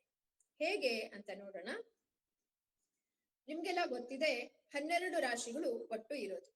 ಆ 12 ರಾಶಿಗಳನ್ನ ನಾವು ಚರರಾಶಿ, ಸ್ಥಿರ ರಾಶಿ ಹಾಗೂ ದ್ವಿಸ್ವಭಾವ ರಾಶಿ ಅಂತ 3 ರೀತಿ ವರ್ಗ ಮಾಡಿರ್ತೀವಿ. ಅದರಲ್ಲಿ ಮೊದಲ ಭಾಗ ಚರರಾಶಿಗಳು. ಯಾವುದು ಚರರಾಶಿಗಳು ಅಂದ್ರೆ ಮೇಷ, ಕಟಕ, ತುಲಾ, ಮಕರ. ಈ ರಾಶಿಗಳನ್ನ ಚರರಾಶಿಗಳು ಅಂತ ಹೇಳ್ತೀವಿ. ಈ ರಾಶಿಗಳಲ್ಲಿ ಏನಾದ್ರೂ ಚಂದ್ರ ಸ್ಥಿತನಾಗಿದ್ರೆ ನಮ್ಮ ಮನಸ್ಸು ಚಂಚಲವಾಗಿರತ್ತೆ ಅಂತ ಹೇಳ್ಬೋದು. ಇನ್ನು ವೃಷಭ, ಸಿಂಹ, ವೃಶ್ಚಿಕ ಹಾಗೂ ಕುಂಭ ರಾಶಿಗಳನ್ನ ಸ್ಥಿರ ರಾಶಿಗಳು ಅಂತ ಹೇಳ್ತೀವಿ. ಈ ಸ್ಥಿರ ರಾಶಿಗಳಲ್ಲಿ ನಮ್ಮ ಚಂದ್ರ ಸ್ಥಿತನಾಗಿದ್ರೆ ಅಥವಾ ಈ ರಾಶಿ ನಮ್ಮದಾಗಿದ್ರೆ ನಮ್ಮ ಸ್ವಭಾವ ಸ್ಥಿರ ಸ್ವಭಾವ ಆಗಿರತ್ತೆ. ನಾವು ಹೇಳಿದ ಮಾತಿಗೆ ಎಷ್ಟೇ ಕಷ್ಟ ಬಂದ್ರು ಅದಕ್ಕೆ ಬದ್ಧರಾಗಿರ್ತೀವಿ. ಒಂದು ಸಲ ಒಪ್ಕೊಂಡ್ಮೇಲೆ ಆಯ್ತು, ಅದರ ಮುಗಿಯೋವರೆಗೂ ಅದಕ್ಕೆ ಬದ್ಧರಾಗಿರ್ತೀವಿ. ಇನ್ನು ನಾವು ದ್ವಿಸ್ವಭಾವ ರಾಶಿಗಳನ್ನ ಯಾವುದನ್ನ ಹೇಳ್ತೀವಿ ಅಂತಂದ್ರೆ ಮಿಥುನ ರಾಶಿ, ಕನ್ಯಾ, ಧನಸ್ಸು ಹಾಗೂ ಮೀನ ರಾಶಿಗಳನ್ನ ದ್ವಿಸ್ವಭಾವ ರಾಶಿ ಅಂತ ಹೇಳ್ತೀವಿ. ಇವರ ಸ್ವಭಾವ ಹೆಸರೇ ಸೂಚಿಸೋ ಹಾಗೆ ದ್ವಿಸ್ವಭಾವ. ಆ ಕಡೆ ಹೋಗ್ಲಾ ಈ ಕಡೆ ಹೋಗ್ಲಾ ಅಂತಿರತ್ತೆ. ಅಂದ್ರೆ ಬೇಗ ಯಾವುದನ್ನು ನಂಬೋದಿಲ್ಲ. ಯಾವ ವಿಷಯವನ್ನೇ ಆಗ್ಲಿ, ಯಾರನ್ನೇ ಆಗ್ಲಿ ಅವರು ಬೇಗ ನಂಬೋದಿಲ್ಲ. ಅವರ ಮನಸ್ಸಿನ ಸ್ಥಿತಿ ಡೋಲಾಯಮಾನವಾಗಿರುತ್ತೆ. ಹೀಗೆ ನಾವು ರಾಶಿಗಳ ಆಧಾರದ ಮೇಲೆ ನಮ್ಮ ಮನಸ್ಸು ಯಾವ ರೀತಿ ಇರತ್ತೆ ಅಂತ ನೋಡಿದ್ವಿ. ಇನ್ನು ಚಂದ್ರ ಇತರ ಗ್ರಹಗಳ ಸಂಬಂಧವನ್ನ ಪಡೆದ್ರೆ ಆ ಗ್ರಹಗಳ ಗುಣ ನಮ್ಮ ಮನಸ್ಸಿಗೆ ಬರುತ್ತೆ. ಉದಾಹರಣೆಗೆ ಚಂದ್ರ ಏನಾದ್ರೂ ಜ್ಞಾನಕಾರಕ ಗ್ರಹ ಅಂತ ಹೇಳೋ ಗುರುವಿನ ಸಂಬಂಧವನ್ನ ಪಡೆದ್ರೆ ನಮ್ಮ ಮನಸ್ಸು ಜ್ಞಾನಯುತವಾಗಿರತ್ತೆ. ಅವರನ್ನ ನಾವು ಜ್ಞಾನವಂತರು ಅಂತ ಹೇಳ್ತೀವಿ. ಒಬ್ರು ಟೀಚರು ಅಥವಾ ಮಾರ್ಗದರ್ಶನ ಮಾಡಕ್ಕೆ ಇವರು ತುಂಬಾ ಸೂಟಬಲ್ ಆದ ವ್ಯಕ್ತಿ ಅಂತ ಹೇಳ್ಬೋದು. ಇನ್ನ ಬುದ್ಧಿಕಾರಕ ಗ್ರಹ ಅಂದ್ರೆ ಅದು ಬುಧ ಗ್ರಹ. ಬುಧನ ಸಂಬಂಧ ಏನಾದ್ರೂ ಚಂದ್ರನಿಗೆ ಬಂದ್ರೆ ಅವರು ತುಂಬಾ ಬುದ್ಧಿವಂತರಾಗಿರ್ತಾರೆ. ಅವರ ಮನಸ್ಸು ಬುದ್ಧಿವಂತಿಕೆಯಿಂದ ಕೂಡಿರತ್ತೆ. ಅವರು ಅಭಿವ್ಯಕ್ತಿನ ಚೆನ್ನಾಗ್ ಮಾಡ್ತಾರೆ. ಈ ಪತ್ರಕರ್ತರು ಮತ್ತೆ ವಾಗ್ಮಿಗಳು ಎಲ್ಲ ಆಗಿರಕ್ಕೆ ಇವರೇ ಸಾಧ್ಯ ಆಗಿರತ್ತೆ. ಇನ್ನು ಶಕ್ತಿಕಾರಕ ಗ್ರಹ ಅಂತ ಕುಜ ಹೇಳ್ತೀವಿ. ನಮಗೆ ಧೈರ್ಯ ಶಕ್ತಿ ಕೊಡೋದೇ ಕುಜ ಗ್ರಹ. ಅವನ ಸಂಬಂಧ ಏನಾದ್ರೂ ಚಂದ್ರನಿಗೆ ಬಂದ್ರೆ ನಮ್ಮ ಮನಸ್ಸು ಶಕ್ತಿಯುತವಾಗಿ ಅವರನ್ನ ನಾವು ಧೈರ್ಯವಂತರು ಅಂತ ಹೇಳ್ತೀವಿ. ಇವರು ಸೈನ್ಯದಲ್ಲಿ ಕೆಲಸ ಮಾಡ್ಬೋದು, ಪೊಲೀಸ್ ಕೆಲಸ ಮಾಡ್ಬೋದು, ಅಥವಾ ಧೈರ್ಯವಾಗಿ ವಾದ ಮಾಡಕ್ಕೆ ಲಾಯರ ಕೂಡ ಆಗಿರ್ಬೋದು. ಇವರು ಈ ತರ ಧೈರ್ಯ ಮನಸ್ಸನ್ನ ಹೊಂದಿರ್ತಾರೆ. ಇನ್ನು ನಿಪುಣತೆಗೆ, ಕಲೆಗೆ ಹೆಸರಾಗಿರೋ ಗ್ರಹ ಅಂದ್ರೆ ಅದು ಶುಕ್ರ ಗ್ರಹ. ಅದರ ಸಂಬಂಧ ಏನಾದ್ರೂ ಚಂದ್ರನಿಗೆ ಬಂದ್ರೆ ನಾವು ಕಲಾಕಾರರಾಗ್ತೀವಿ. ಅಶ್ವಥ್ ಸರ್ ತರ ಡ್ರಾಯಿಂಗ್ ಇರ್ಬೋದು, ರೇಖಾ ಮೇಡಮ್ ತರ ಗಾಯನ ಇರ್ಬೋದು. ಸೃಜನಶೀಲತೆಯನ್ನು ಕೂಡ ಶುಕ್ರ ಹೇಳತ್ತೆ. ಹಾಗೆ ಪದ್ಮಶ್ರೀ ಇವಾಗ ಹೊಸ ತರ ಕಲೆ ಮಾಡ್ತಾ ಇದ್ದಾಳೆ. ಹಾಗೆ ನಮ್ಮ ಶೈಲಾ ಹುಗ್ಗಿಯವರನ್ನು ಹೇಳ್ಬೋದು, ಎಷ್ಟು ಚೆನ್ನಾಗಿ ಅವರು ವಿಡಿಯೋನ ಎಡಿಟ್ ಮಾಡ್ತಾರೆ. ನಮ್ಮ ಸಮಾನ ಮನಸ್ಕರು ಗ್ರೂಪಲ್ಲಿ ಅನೇಕರು ಇದ್ದಾರೆ. ಮಹೇಶ್ವರಪ್ಪ ಸರ್, ಡಾಕ್ಟರ್, ಅವರು ಎಲ್ರು ತುಂಬಾ ಕಲಾಕಾರರು. ಇವ್ರಿಗೆಲ್ಲಾ ಕಾರಣ ಅಂದ್ರೆ ನಮ್ಮ ಶುಕ್ರ ಗ್ರಹನ ಸಂಯೋಗ ಚಂದ್ರನಿಗೆ ಆಗಿರುತ್ತೆ. ಹಾಗೆ ಇನ್ನ ಶನಿನ ನಾವು ಕರ್ಮಕಾರಕ ಅಂತ ಹೇಳ್ತೀವಿ. ಕರ್ಮಕಾರಕನಾದ ಶನಿಯ ಸಂಬಂಧ ಏನಾದ್ರೂ ಚಂದ್ರನಿಗೆ ಬಂದ್ರೆ ಅವರು ಸದಾ ಕಾಲ ಕರ್ಮಯೋಗಿಗಳಾಗಿರ್ತಾರೆ. ಯಾವುದನ್ನು ಯಾರಿಂದನೂ ಏನು ಎಕ್ಸ್ಪೆಕ್ಟ್ ಮಾಡದೆ ಕೆಲಸವನ್ನೇ ದೇವರು ಅಂತ ನಂಬ್ಕೊಂಡು ಕರ್ಮಯೋಗಿಗಳಾಗಿರ್ತಾರೆ ಶನಿಯ ಸಂಬಂಧ ಬಂದ್ರೆ. ಇನ್ನು ರವಿಯ ಸಂಬಂಧ ಏನಾದ್ರೂ ಚಂದ್ರನಿಗೆ ಬಂದ್ರೆ ರವಿ ಒಳ್ಳೆ ಆತ್ಮವಿಶ್ವಾಸವನ್ನ ಕೊಡ್ತಾನೆ ಮನಸ್ಸಿಗೆ. ನಮ್ ಎಲ್ಲಾ ಕೆಲಸಗಳಿಗೆ ಮುನ್ನುಗ್ಗಕ್ಕೆ ಗೆಲ್ಲಕ್ಕೆ ಬೇಕಾಗಿರೋದೇ ನಮ್ಗೆ ಆತ್ಮವಿಶ್ವಾಸ. ಅದನ್ನ ರವಿ ಗ್ರಹ ಕೊಡುತ್ತೆ. ಮತ್ತೆ ಎಲ್ಲರನ್ನ ತನ್ನ ಜೊತೆಗೆ ಸೇರಿಸ್ಕೊಂಡು ಹೋಗುವಂತ ನಾಯಕನ ಗುಣವನ್ನು ಕೂಡ ರವಿ ಕೊಡುತ್ತೆ. ಹೀಗೆ ರವಿ ಮತ್ತು ಚಂದ್ರನ ಸಂಬಂಧ ಬಂದಾಗ ಅವರಲ್ಲಿ ಒಬ್ಬ ಒಳ್ಳೆ ನಾಯಕತ್ವ ಗುಣವನ್ನ ನಾವು ಗುರುತಿಸಕ್ಕೆ ಸಾಧ್ಯ ಇರುತ್ತೆ. ಹೀಗೆ ಚಂದ್ರನಿಗೆ ಹೇಗೆ 16 ಕಲೆಗಳಿದೆಯೋ ಹಾಗೆ ಅದನ್ನ ನಾವು ಅಧ್ಯಯನ ಮಾಡ್ತಾ ಮಾಡ್ತಾ ಮನಸ್ಸಿನ ಅನೇಕ ಗುಣಗಳನ್ನ ನಾವು ಇದರಿಂದ ತಿಳ್ಕೊಳಕ್ಕೆ ಸಾಧ್ಯ ಇದೆ. ಕೇವಲ ಮನಸ್ಸನ್ನು ಮಾತ್ರ ಅಲ್ಲ ಚಂದ್ರನಿಂದ ನಾವು ತಿಳ್ಕೊಳಕ್ಕೆ ಆಗೋದು. ನಮ್ಮ ಆಹಾರ ಕ್ರಮ ಹೇಗಿದೆ ಅಂತಾನೂ ಚಂದ್ರ ಹೇಳ್ಕೊಡ್ತಾನೆ, ತಿಳಿಸ್ಕೊಡ್ತಾನೆ. ಮತ್ತೆ ತ್ರಿಗುಣಗಳಲ್ಲಿ ಯಾವ ಗುಣ ನಮ್ಮಲ್ಲಿ ಜಾಸ್ತಿ ಇದೆ ಅಂತಾನೂ ನಾವು ತೋರಿಸ್ಕೊಡ್ತಾನೆ. ಮತ್ತೆ ನಮ್ಮ ತಾಯಿ ಹೇಗೆ, ನಮ್ಮ ತಾಯಿ ಜೊತೆ ನಮ್ಮ ಸಂಬಂಧ ಹೇಗೆ ಅಂತಾನೂ ಹೇಳ್ತಾನೆ. ಹೀಗೆ ನಮ್ಮ ಕಣ್ಣಿಗೆ ಕಾಣದೇ ಇರೋಂಥ ನಮ್ಮ ಅಂತಃಶಕ್ತಿಯನ್ನ, ಅಂತರಂಗವನ್ನ, ನಮ್ಮ ಪ್ರವೃತ್ತಿಯನ್ನ ಚಂದ್ರ ತೋರಿಸ್ಕೊಡ್ತಾನೆ. ಇನ್ನೊಂದು ಹೇಳೋದಾದ್ರೆ ಜಾತಕ ನೋಡೋದ್ರಿಂದ ಹೀಗೆ ಗುಣಗಳನ್ನೆಲ್ಲ ನಾವೀಗ ನೋಡಿದ್ವಿ, ಯಾವ ಗ್ರಹದಿಂದ ಯಾವ ಗುಣ ಬರುತ್ತೆ ಅಂತ, ಯಾವ ಗುಣದ ಕೊರತೆ ನಮ್ಮಲ್ಲಿರತ್ತೋ. ಈಗ ಒಂದು ಅಭಿವ್ಯಕ್ತಿ ಮಾಡೋದು ನಮ್ಮಲ್ಲಿ ಕೊರತೆ ಇರತ್ತೆ ಅನ್ಕೊಳ್ಳಿ, ಸರಿಯಾದ ಸಮಯಕ್ಕೆ ನಾವು ನಮ್ಮ ದನಿ ಎತ್ತಬೇಕು, ಅದು ನಾವು ಮಾಡ್ತಾ ಇರೋದಿಲ್ಲ. ಅಥವಾ ನಾವು ಯಾವ್ದೋ ಕೆಲಸಕ್ಕೆ ನಮ್ಗೆ ಆತ್ಮವಿಶ್ವಾಸ ಬೇಕು, ಆ ಆತ್ಮವಿಶ್ವಾಸದಿಂದ ನಾವು ಸೋಲ್ತಾ ಇರ್ತೀವಿ. ಇದನ್ನ ಗುರುತಿಸಿ ಆ ಗ್ರಹಕ್ಕೆ ನಾವು ಪರಿಹಾರ ಮಾಡಿದಾಗ ಆ ಗುಣವನ್ನ ಪಡೆಯೋದ್ರಲ್ಲಿ ಸಂಶಯನೇ ಇಲ್ಲ. ಹೀಗೆ ಇದರ ವಿಶೇಷತೆ, ಜ್ಯೋತಿಷದ ವಿಶೇಷತೆನೆ ನಮಗೆ ಮಾರ್ಗದರ್ಶನ ಮಾಡಿ ನಮ್ಮನ್ನ ಉದ್ಧಾರ ಮಾಡಕ್ಕೆ ಇರುವಂತ ಶಾಸ್ತ್ರ ಇದು. ಒಟ್ಟಿನಲ್ಲಿ ನಮ್ಮ ಅಂತಃಶಕ್ತಿ, ಪ್ರವೃತ್ತಿಯನ್ನ ತಿಳಿಸ್ಕೊಡುತ್ತೆ ಚಂದ್ರ ನಮ್ಮ ಮನಸ್ಸಿನ ಬಗ್ಗೆ. ಹೀಗೆ ಜ್ಯೋತಿಷದ ಬಗ್ಗೆ ಇಷ್ಟೆಲ್ಲಾ ಮಾತಾಡದ್ಮೇಲೆ DVG ಅವರು ಹೇಳಿರೋ ಜ್ಯೋತಿಷ್ಯ ಹಾಗೂ ಆ ಜ್ಯೋತಿಷಿ ಬಗ್ಗೆ ಹೇಳಿರೋ ಕಗ್ಗನ ನೆನೆಸ್ಕೊಳ್ದೇ ಇರಕ್ ಸಾಧ್ಯ ಇಲ್ಲ ಅಲ್ವಾ? ಆ ಕಗ್ಗವನ್ನು ಒಮ್ಮೆ ನೋಡ್ಬಿಡೋಣ. ಈಗ ಪದ್ಮಶ್ರೀ ಅದನ್ನ ನಮ್ಗೆ ಹಾಡ್ ತೋರಿಸ್ತಾರೆ. ಗ್ರಹಗತಿಯತಿದ್ದುವನೆ ಜೋಯಿಸನು ಜಾತಕದಿ ವಿಹಿತವಾಗಿ ಹುದದರ ಗತಿ ಸೃಷ್ಟಿ ವಿಧಿಂ ಸಹಿಸಿದಲ್ಲದೆ ಮುಗಿಯದು ಆವದಶೆ ಬಂದೊಡಂ ಸಹನೆ ವಜ್ರದ ಕವಚ ಮಂಕುತಿಮ್ಮ.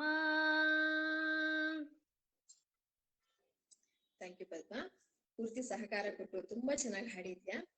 DVG ಅವ್ರು ಹೇಳೋ ಹಾಗೆ ಯಾವ ಒಬ್ಬ ಜ್ಯೋತಿಷಿನೂ ಗ್ರಹಗತಿಗಳನ್ನ ಬದಲಾಯಿಸಕ್ ಸಾಧ್ಯ ಇಲ್ಲ. ನಾವು ಎಲ್ಲರೂ ಕೂಡ ವಿಧಿಗನುಸಾರವಾಗಿ ಆ ವಿಧಿ ಇದ್ದದನ್ನ ನಾವು ಅನುಭವಿಸ್ಲೇಬೇಕು. ಆದ್ರೆ ಜ್ಯೋತಿಷದ ವಿಶೇಷತೆ ಏನಪ್ಪಾ ಅಂತಂದ್ರೆ ಇದು ನಮ್ಮ ಜೀವನದ ಭೂಪಟ ಆಗಿರೋದ್ರಿಂದ ನಮ್ಗೆ ಮುನ್ನೆಚ್ಚರಿಕೆ ಕೊಡತ್ತೆ. ನಾವು ಜಾಗೃತರಾಗಿ ಅದರ ಪ್ರಮಾಣವನ್ನ, ತೀವ್ರತೆಯ ಪ್ರಮಾಣವನ್ನ ನಾವು ಕಡಿಮೆ ಮಾಡ್ಕೋಬಹುದು. ನಾವು ಎಚ್ಚೆತ್ಕೊಂಡು ಆ ತಪ್ಪು ಮಾಡದೇ ಇರೋ ಹಾಗೆ, ಅಥವಾ ನನ್ಗೆಲ್ಲ ಸೋಲಾಗ್ತಾ ಇದೆ ಅಂದ್ರೆ ಅದಕ್ಕೆ ಆತ್ಮವಿಶ್ವಾಸದ ಕೊರತೆ ಇದ್ರೆ ಅದನ್ನ ನಾನು ಪಡ್ಕೋಬಹುದು. ಹೀಗೆ ನಮ್ಮನ್ನ ತಿದ್ದಿ ಒಳ್ಳೆ ಮಾರ್ಗಕ್ಕೆ ಕಳಿಸತ್ತೆ ಜ್ಯೋತಿಷ್ಯ. ಜ್ಯೋತಿಷ್ಯ ಶಾಸ್ತ್ರ ಎಂದೂ ಸುಳ್ಳಲ್ಲ. ಜ್ಯೋತಿಷಿ ಸುಳ್ಳಾಗಬಹುದೇ ಹೊರತು ಜ್ಯೋತಿಷ್ಯ ಖಂಡಿತವಾಗ್ಲೂ ನಿಜವಾಗೇ ಇರತ್ತೆ. ನಾವು ನೋಡ್ಕೊಂಡು ಸರಿಯಾದ ಜ್ಯೋತಿಷ್ಯ ಹತ್ರ ಹೋದಾಗ ನಮ್ಮ ಜೀವನಕ್ಕೆ ಮಾರ್ಗದರ್ಶನ ಸಿಗೋದ್ರಲ್ಲಿ ಸಂಶಯನೇ ಇಲ್ಲ. ಹಾಗೆ ಇನ್ನೊಂದು ವಿಷಯ ನಾವು ತಿಳ್ಕೊಬೇಕು ಅಂದ್ರೆ ಜ್ಯೋತಿಷ್ಯ ಶಾಸ್ತ್ರದಿಂದ ಬಾನಂಗಳದಲ್ಲಿ ನಡೆಯುವ ಎಲ್ಲಾ ಘಟನೆಗಳಿಗೂ ನಮ್ಮ ಜೀವನದಲ್ಲಿ ಇಲ್ಲಿ ನಾವು ಭೂಮಿ ಮೇಲೆ ನಡೆಯೋ ಎಲ್ಲಾ ಘಟನೆಗಳಿಗೂ ಅಂತರ್ ಸಂಬಂಧ ಇದ್ದೇ ಇರತ್ತೆ ಅಂತ. ಗ್ರಹಾದೀನಾಂ ಜಗತ್ ಸರ್ವಂ ಅಂತ ಹೇಳೋ ಹಾಗೆ ಗ್ರಹಗಳ ಚಲನೆ ಭೂಮಿ ಮೇಲಿರೋ ಸಕಲ ಜೀವರಾಶಿಗಳ ಮೇಲೆ ನಿಶ್ಚಿತವಾಗಿ ಪ್ರಭಾವ ಬೀರತ್ತೆ ಅಂತ ಹೇಳ್ಬೋದು. ಹೀಗೆ ನನಗನ್ಸಿದ್ದನ್ನ ನಾನ್ ತಿಳ್ಕೊಂಡಷ್ಟು ಒಂದು ಪೀಠಿಕೆ ರೂಪಕವಾಗಿ ನಾನು ನಿಮ್ಮ ಮುಂದೆ ಪ್ರಸ್ತುತಪಡಿಸಿದ್ದೀನಿ. ಅವಕಾಶ ಮಾಡಿಕೊಟ್ಟ ಅಶ್ವಥ್ ಸರ್ಗೆ ನನ್ನ ಮನಪೂರ್ವಕ ನಮನಗಳು. ಇದರಿಂದ ಒಂದ್ ಸ್ವಲ್ಪ ನಿಮ್ಗೆಲ್ಲ ಅರ್ಥ ಆಗಿದೆ, ಯೂಸ್ ಆಗಿದೆ ಅಂತಂದ್ರೆ ಅದು ಆ ದೇವನಿಗೆ ನಾನು ಅರ್ಪಣೆ ಮಾಡ್ತೀನಿ, ನಮ್ಮ ಗುರುಗಳ ಮಾರ್ಗದರ್ಶನ ಅಷ್ಟೇ. ಧನ್ಯವಾದಗಳು ಸರ್.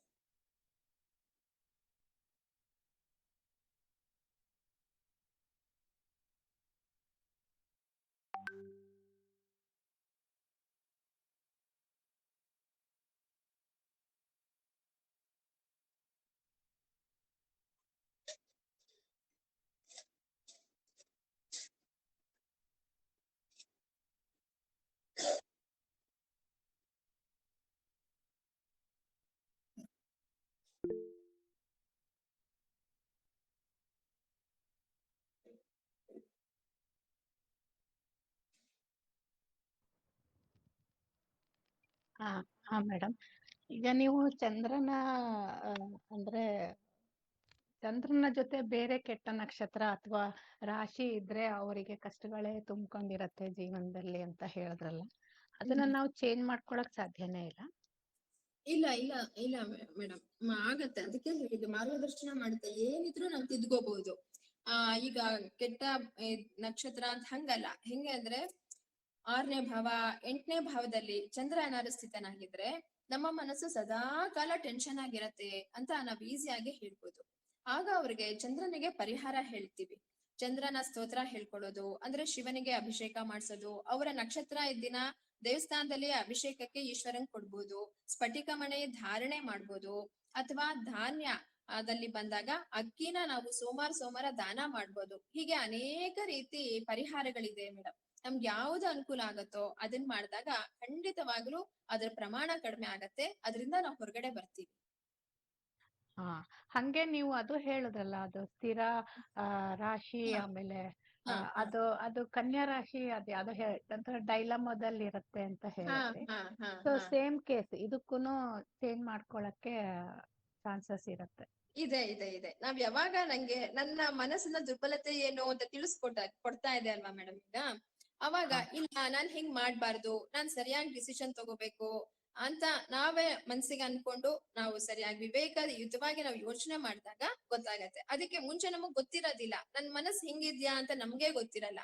ಜ್ಯೋತಿಷ ನಿಮ್ಗೆ ಹೇಳ್ಕೊಡತ್ತೆ, ನಿನ್ ಮನಸ್ಸಿನ ಸ್ಥಿತಿ ಹೀಗಿದೆ, ನೀನ್ ಇಂಪ್ರೂವ್ ಮಾಡ್ಕೋ ಅಂತ ಹೇಳಿದಾಗ ನಾವು ಮಾಡ್ಕೊಳಕ್ ಸಾಧ್ಯ ಇದೆ.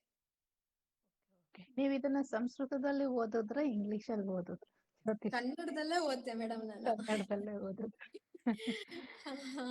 Okay, thank you. Thank you madam.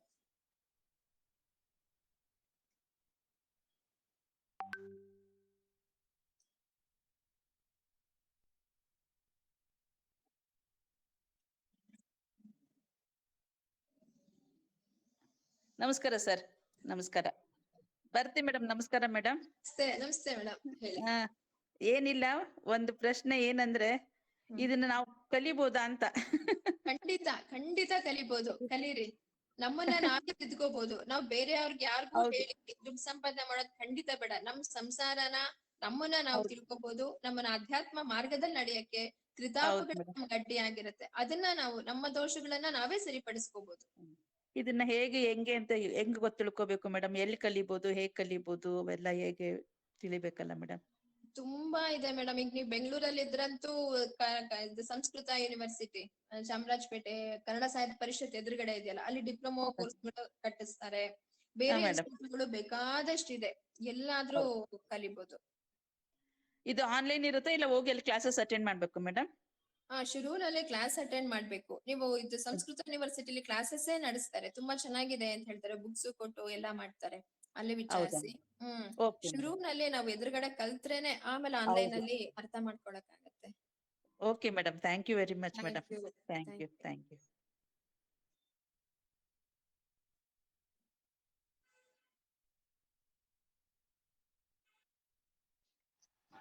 Sir, ಪ್ರಶ್ನೆ ಕೇಳೋದು ಅಂತ ಏನಿಲ್ಲ. ಭಾರತಿ ರವೀಂದ್ರ ಅವರು ತುಂಬಾ ಚೆನ್ನಾಗಿ ಹೇಳಿದ್ರು. ಜ್ಯೋತಿಷದ ಪೀಠಿಕೆಯನ್ನ ತುಂಬಾ ಚೆನ್ನಾಗಿ ಹೇಳಿದ್ರು. ಅದರ ಜೊತೆಗೆ ಅವರು ಕಗ್ಗಗಳಲ್ಲಿ ಬರುವಂತಹ ಜ್ಯೋತಿಷದ ವಿಷಯಗಳನ್ನ ತಗೊಂಡು ಅದನ್ನ ಹಾಡೋದ್ರ ಮೂಲಕ ಒಂದು ವಿಶೇಷ ವಿಭಿನ್ನ ಅಂಶವನ್ನ ತಂದ್ರು. ಅದರ ಜೊತೆಗೆ ತಾವು PhD ಮಾಡಿದಂತಹ ಚಂದ್ರಮ ಇದ್ರ ಮೇಲೆ ಹೆಂಗೆ ಜಾತಕದಲ್ಲಿ ಅದು ಮುಖ್ಯ ಆಗಿದೆ, ನಮ್ಮ ಜೀವನದಲ್ಲಿ ಚಂದ್ರನ ವಿಶೇಷತೆ ಏನು ಅನ್ನೋದನ್ನೆಲ್ಲ ತುಂಬಾ ಚೆನ್ನಾಗಿ ಹೇಳ್ಕೊಟ್ರು. ಧನ್ಯವಾದಗಳು ಮೇಡಮ್, ತುಂಬಾ ಚೆನ್ನಾಗಿ ವಿವರಿಸಿದ್ರಿ. ನಿಮ್ಮ PhD ವಿಷಯ ಆಗಿರೋದ್ರಿಂದ ಸ್ವಲ್ಪ ಮೇಲೆ ಬಂತು ಅನ್ಕೋತೀನಿ. ಇನ್ನೂ ಆಳವಾಗಿ ಹೇಳ್ಬಹುದಿತ್ತೇನೋ PhD ಲೆವೆಲ್ ಅಲ್ಲಿ ಅಂತ ನನಗೆ ಅನ್ನಿಸ್ತು ಅಷ್ಟೇ. ಆದ್ರೆ ತುಂಬಾ ಚೆನ್ನಾಗಿ ಬಂತು. Thank you madam. ನೀವು ಜ್ಯೋತಿಷ್ಯ ಓದಿದ್ದೀರಾ, ಹೇಳಿದ್ದನ್ನು ಕೊಟ್ಟು ಕಾಂಪ್ಲಿಮೆಂಟ್ ತುಂಬಾ ಖುಷಿ ಆಯ್ತು. ಖಂಡಿತ ಒಂದೇ ದಿನದಲ್ಲಿ ನಾವು ಆಳಕ್ಕೆ ಹೋದ್ರೆ ಅರ್ಥ ಆಗಲ್ಲ ಅಂತ ನನ್ಗೆ ಅನಿಸ್ಬೇಕು. ಬೇಕಾದಷ್ಟು ವಿಷಯಗಳಿದೆ. ಮೊದಲು ಪರಿಚಯ ಮಾಡಿಕೊಟ್ಟು ಅಶ್ವಥ್ ಸರ್ ಹೇಳ್ದಂಗೆ ಆಮೇಲೆ ನಿಧಾನಕ್ಕೆ ಒಂದೊಂದೇ ಹೆಜ್ಜೆ ಹಾಕೊಂಡು ಹೋದ್ರೆ ಗೊತ್ತಾಗುತ್ತೆ ಅಂತ ಅನಿಸ್ತು ಮೇಡಮ್. ಚೆನ್ನಾಗಿತ್ತು ಮೇಡಮ್, ತುಂಬಾ ಚೆನ್ನಾಗಿ ಬಂತು. ತುಂಬಾ ಖುಷಿ ಆಯ್ತು ನಿಮ್ಮ ಅನಿಸಿಕೆ. Thank you madam. Vrinda madam, ನಿಮ್ಮದು ಏನು ಇದು ಸಬ್ಜೆಕ್ಟ್ ಥೀಸಿಸ್ ಏನು, ನಿಮ್ಮ ಇದ್ರದ್ದು ವಿಷಯ ಏನು, ಅಧ್ಯಯನದ ವಿಷಯ? ನಾನು 7th ಭಾವದಲ್ಲಿ ಮಾಡಿದ್ದು, ಅಂದ್ರೆ ಶುಕ್ರ ಮದುವೆ ಬಗ್ಗೆ. ಅದು ಓಕೆ. ಸಂಗಾತಿ ಪಾರ್ಟ್ನರ್ಶಿಪ್ ಎಲ್ಲ ಬರುತ್ತೆ ಅದರಲ್ಲಿ, ಅದ್ರ ಬಗ್ಗೆ PhD ಮಾಡಿ. ಮೇಡಮ್, ಅದ್ರದ್ದು ಅಪ್ಲಿಕೇಶನ್ ಏನಾರು ಆಗುತ್ತಾ, ಎಲ್ಲಿಗಾದ್ರು ಇದು ಮಾಡ್ಬೋದಾ? ಈಗ ನಾನು ಫಾರ್ ಎಕ್ಸಾಂಪಲ್, ಈಗ ನಾನು ಜ್ಯೋತಿಷ್ಯವನ್ನು ಇತ್ತೀಚಿನ ದಿನಗಳಲ್ಲಿ ಬೇರೆ ಬೇರೆ ಅಪ್ಲಿಕೇಶನ್ಸಲ್ಲಿ ಯೂಸ್ ಮಾಡ್ತಾರೆ. ಅಂದರೆ ಈಗ ಮೆಡಿಕಲ್ ಅಸ್ಟ್ರಾಲಜಿ ಅಂತಲೇ ತುಂಬ ಹೊಸ ಸಬ್ಜೆಕ್ಟು ಈಗ ತುಂಬ ಪಾಪ್ಯುಲರ್ ಆಗಿ ಆಗ್ತಾ ಇದೆ. ಸೊ ಇವಾಗ ಎಷ್ಟೋ ಜನ ನನಗೆ ಗೊತ್ತಿರೋ ಹಾಗೆ ಬೆಂಗಳೂರಿನಲ್ಲಿ ಕೆಲವು ಹಾಸ್ಪಿಟಲ್ಲಿ ಇವ್ರನ್ನ ಹೆಲ್ಪ್ ಕೂಡ ತಗೊಳ್ತಾರೆ. ಅಂದರೆ ಫಾರ್ ಎಕ್ಸಾಂಪಲ್, ಈಗ ಊಟದ ವಿಚಾರಕ್ಕೆ ಇರ್ಬೋದು ಅಥವಾ ಬೇರೆ ಬೇರೆ ಇದಕ್ಕೆ ವಿಚಾರಕ್ಕೆ ಈ ಥರ ಅಸ್ಟ್ರಾಲಜಿ ಇದನ್ನು ಕೂಡ ಕನ್ಸಿಡರ್ ಮಾಡ್ತಾರೆ, ಮತ್ತು ಅವರಿಂದ ಒಂದು ಒಪಿನಿಯನ್ ತೊಗೊಂಡ್ಬಿಟ್ಟು ಟ್ರೀಟ್ಮೆಂಟ್ಗಳನ್ನ ಕೂಡ ಮಾಡ್ತಾ ಇದ್ದಾರೆ ಅನ್ನೋದನ್ನು ಕೇಳಿದ್ದೀನಿ. ಸೊ ಹೀಗೆ ಈ ಜ್ಯೋತಿಷ್ಯವನ್ನು ಬೇರೆ ಬೇರೆ ರೀತಿಯಲ್ಲಿ ಅಪ್ಲಿಕೇಶನ್ ಬೇರೆ ಎಲ್ಲೆಲ್ಲಿ ಮಾಡಬಹುದು ಅಂತ? ಸರ್, ಇದು ಜ್ಯೋತಿಷ್ಯ ಮೆಡಿಕಲ್ ಆಸ್ಟ್ರಾಲಜಿ ಏನಿದೆ, ಇದು ಹೊಸದಲ್ಲ ಸರ್, ಹಿಂದೆಯಿಂದ ಬಂದಿದ್ದೇನೆ. ತುಂಬಾ ಹಿಂದೆ ಜಾತಕವನ್ನ ನೋಡ್ದೇನೆ ಯಾವ ವೈದ್ಯರು ತಮ್ಮ ಇದನ್ನ ವೈದ್ಯಕೀಯವನ್ನ ಅಪ್ಲೈ ಮಾಡ್ತಾ ಇರ್ಲಿಲ್ಲ. ಅಲ್ಲಿಂದ ಬಂದಿದ್ದು. ಆ ನಾಡಿ ಇದನ್ನ ಲೆಕ್ಕ ಹಾಕುವಾಗ್ಲೂ ನಾವು ಜ್ಯೋತಿಷ್ಯವನ್ನ ಇಟ್ಕೊಂಡೆ ಲೆಕ್ಕ ಹಾಕ್ತಿದ್ರು. ಈಗ ನನ್ನ ಜೊತೆನೆ ಒಬ್ರು ಮೆಡಿಕಲ್ ಆಸ್ಟ್ರಾಲಜಿ ಬಗ್ಗೆ PhD ಮಾಡಿದ್ದಾರೆ. ಇದೇ ತರ ಬೇಕಾದಷ್ಟು ಸರ್. ಈಗ ನನ್ನ ವಿಷಯದಲ್ಲೇ ತಗೊಂಡ್ರೆ ಮದುವೆ ಬಗ್ಗೆ ಅಂದ್ರೆ love marriage, intercaste marriage, international marriage, ಇಂಥದ್ರಿಂದ ಹಿಡ್ಕೊಂಡು ಪ್ರತಿಯೊಂದಕ್ಕೂ ನಾವು ಅಪ್ಲೈ ಮಾಡ್ಕೊಂಡು ಹೋಗ್ಬೋದು. ಅದನ್ನ ತುಂಬಾ ಇದೆ. ಇನ್ನೊಂದು ಸಪ್ತಮ ಭಾವ ಇದು ಇಬ್ರು ಒಪ್ಕೊಂಡು ಮಾಡೋ ಬಿಸ್ನೆಸ್ ಅಂತ ಹೇಳ್ತೀವಲ್ಲ, ಪಾರ್ಟಿ ಅನ್ನೋದು ಪಾರ್ಟ್ನರ್ಶಿಪ್ ಅಲ್ಲಿ ಬರುತ್ತೆ. ಪಾರ್ಟ್ನರ್ಶಿಪ್ ಕೂಡ ನಮ್ಗೆ ಆಗ್ಬರುತ್ತಾ ಇಲ್ವಾ ಅಂತ ಸಪ್ತಮ ಭಾವ ಅಂತ ಹೇಳ್ತಿರುತ್ತೆ. ಆಮೇಲೆ ಯಾರಿಗಾದ್ರೂ ದುಡ್ಡು ಕೊಟ್ಟು ನಾವು ಮೋಸ ಹೋಗೋದು, ಅದೆಲ್ಲಕ್ಕೂ ನಮ್ಗೆ ಹೆಲ್ಪ್ ಆಗುತ್ತೆ ಸರ್. ಎಲ್ಲಾ ವ್ಯವಹಾರಗಳಿಗೂ ನಾನು ಆಗ್ಲೇ ಹೇಳ್ದಂಗೆ ನಮ್ಮ ಜೀವನದಲ್ಲಿ ಹಾಸು ಹೋಗ್ತಾಗಿದೆ. ವೃಂದಾ ಮೇಡಮ್ ಹೇಳ್ದಂಗೆ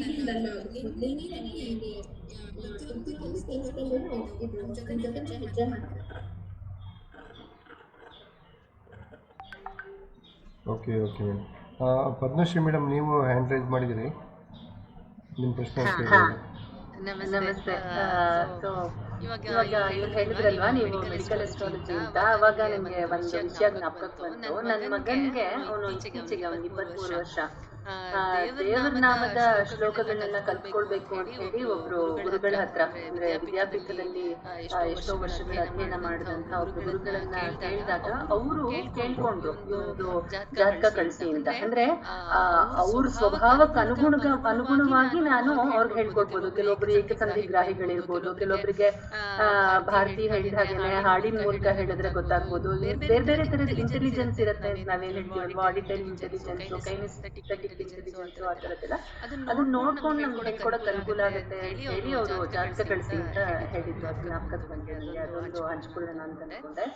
ಮತ್ತೆ ಎರಡನೇದು ಭಾರತಿ ಅವಳದು ಅಧ್ಯಯನಶೀಲತೆ ಮತ್ತೆ ಎಲ್ರಿಗೂ ಸಹಾಯ ಮಾಡುವಂತ ಗುಣ ಏನಿದೆ, ಅದಕ್ಕೆ ಇದು ಅವಳು ಆರಿಸ್ಕೊಂಡಂತಹ ಈ ಅಧ್ಯಯನ ಕ್ಷೇತ್ರ ಏನಿದೆ ಅದು ತುಂಬಾ ಸಹಕಾರಿಯಾಗಿದೆ. ಅವಳು ಎಷ್ಟೋ ಜನಕ್ಕೆ ಅವಳು ಹೆಲ್ಪ್ ಮಾಡಿದ್ದಾಳೆ.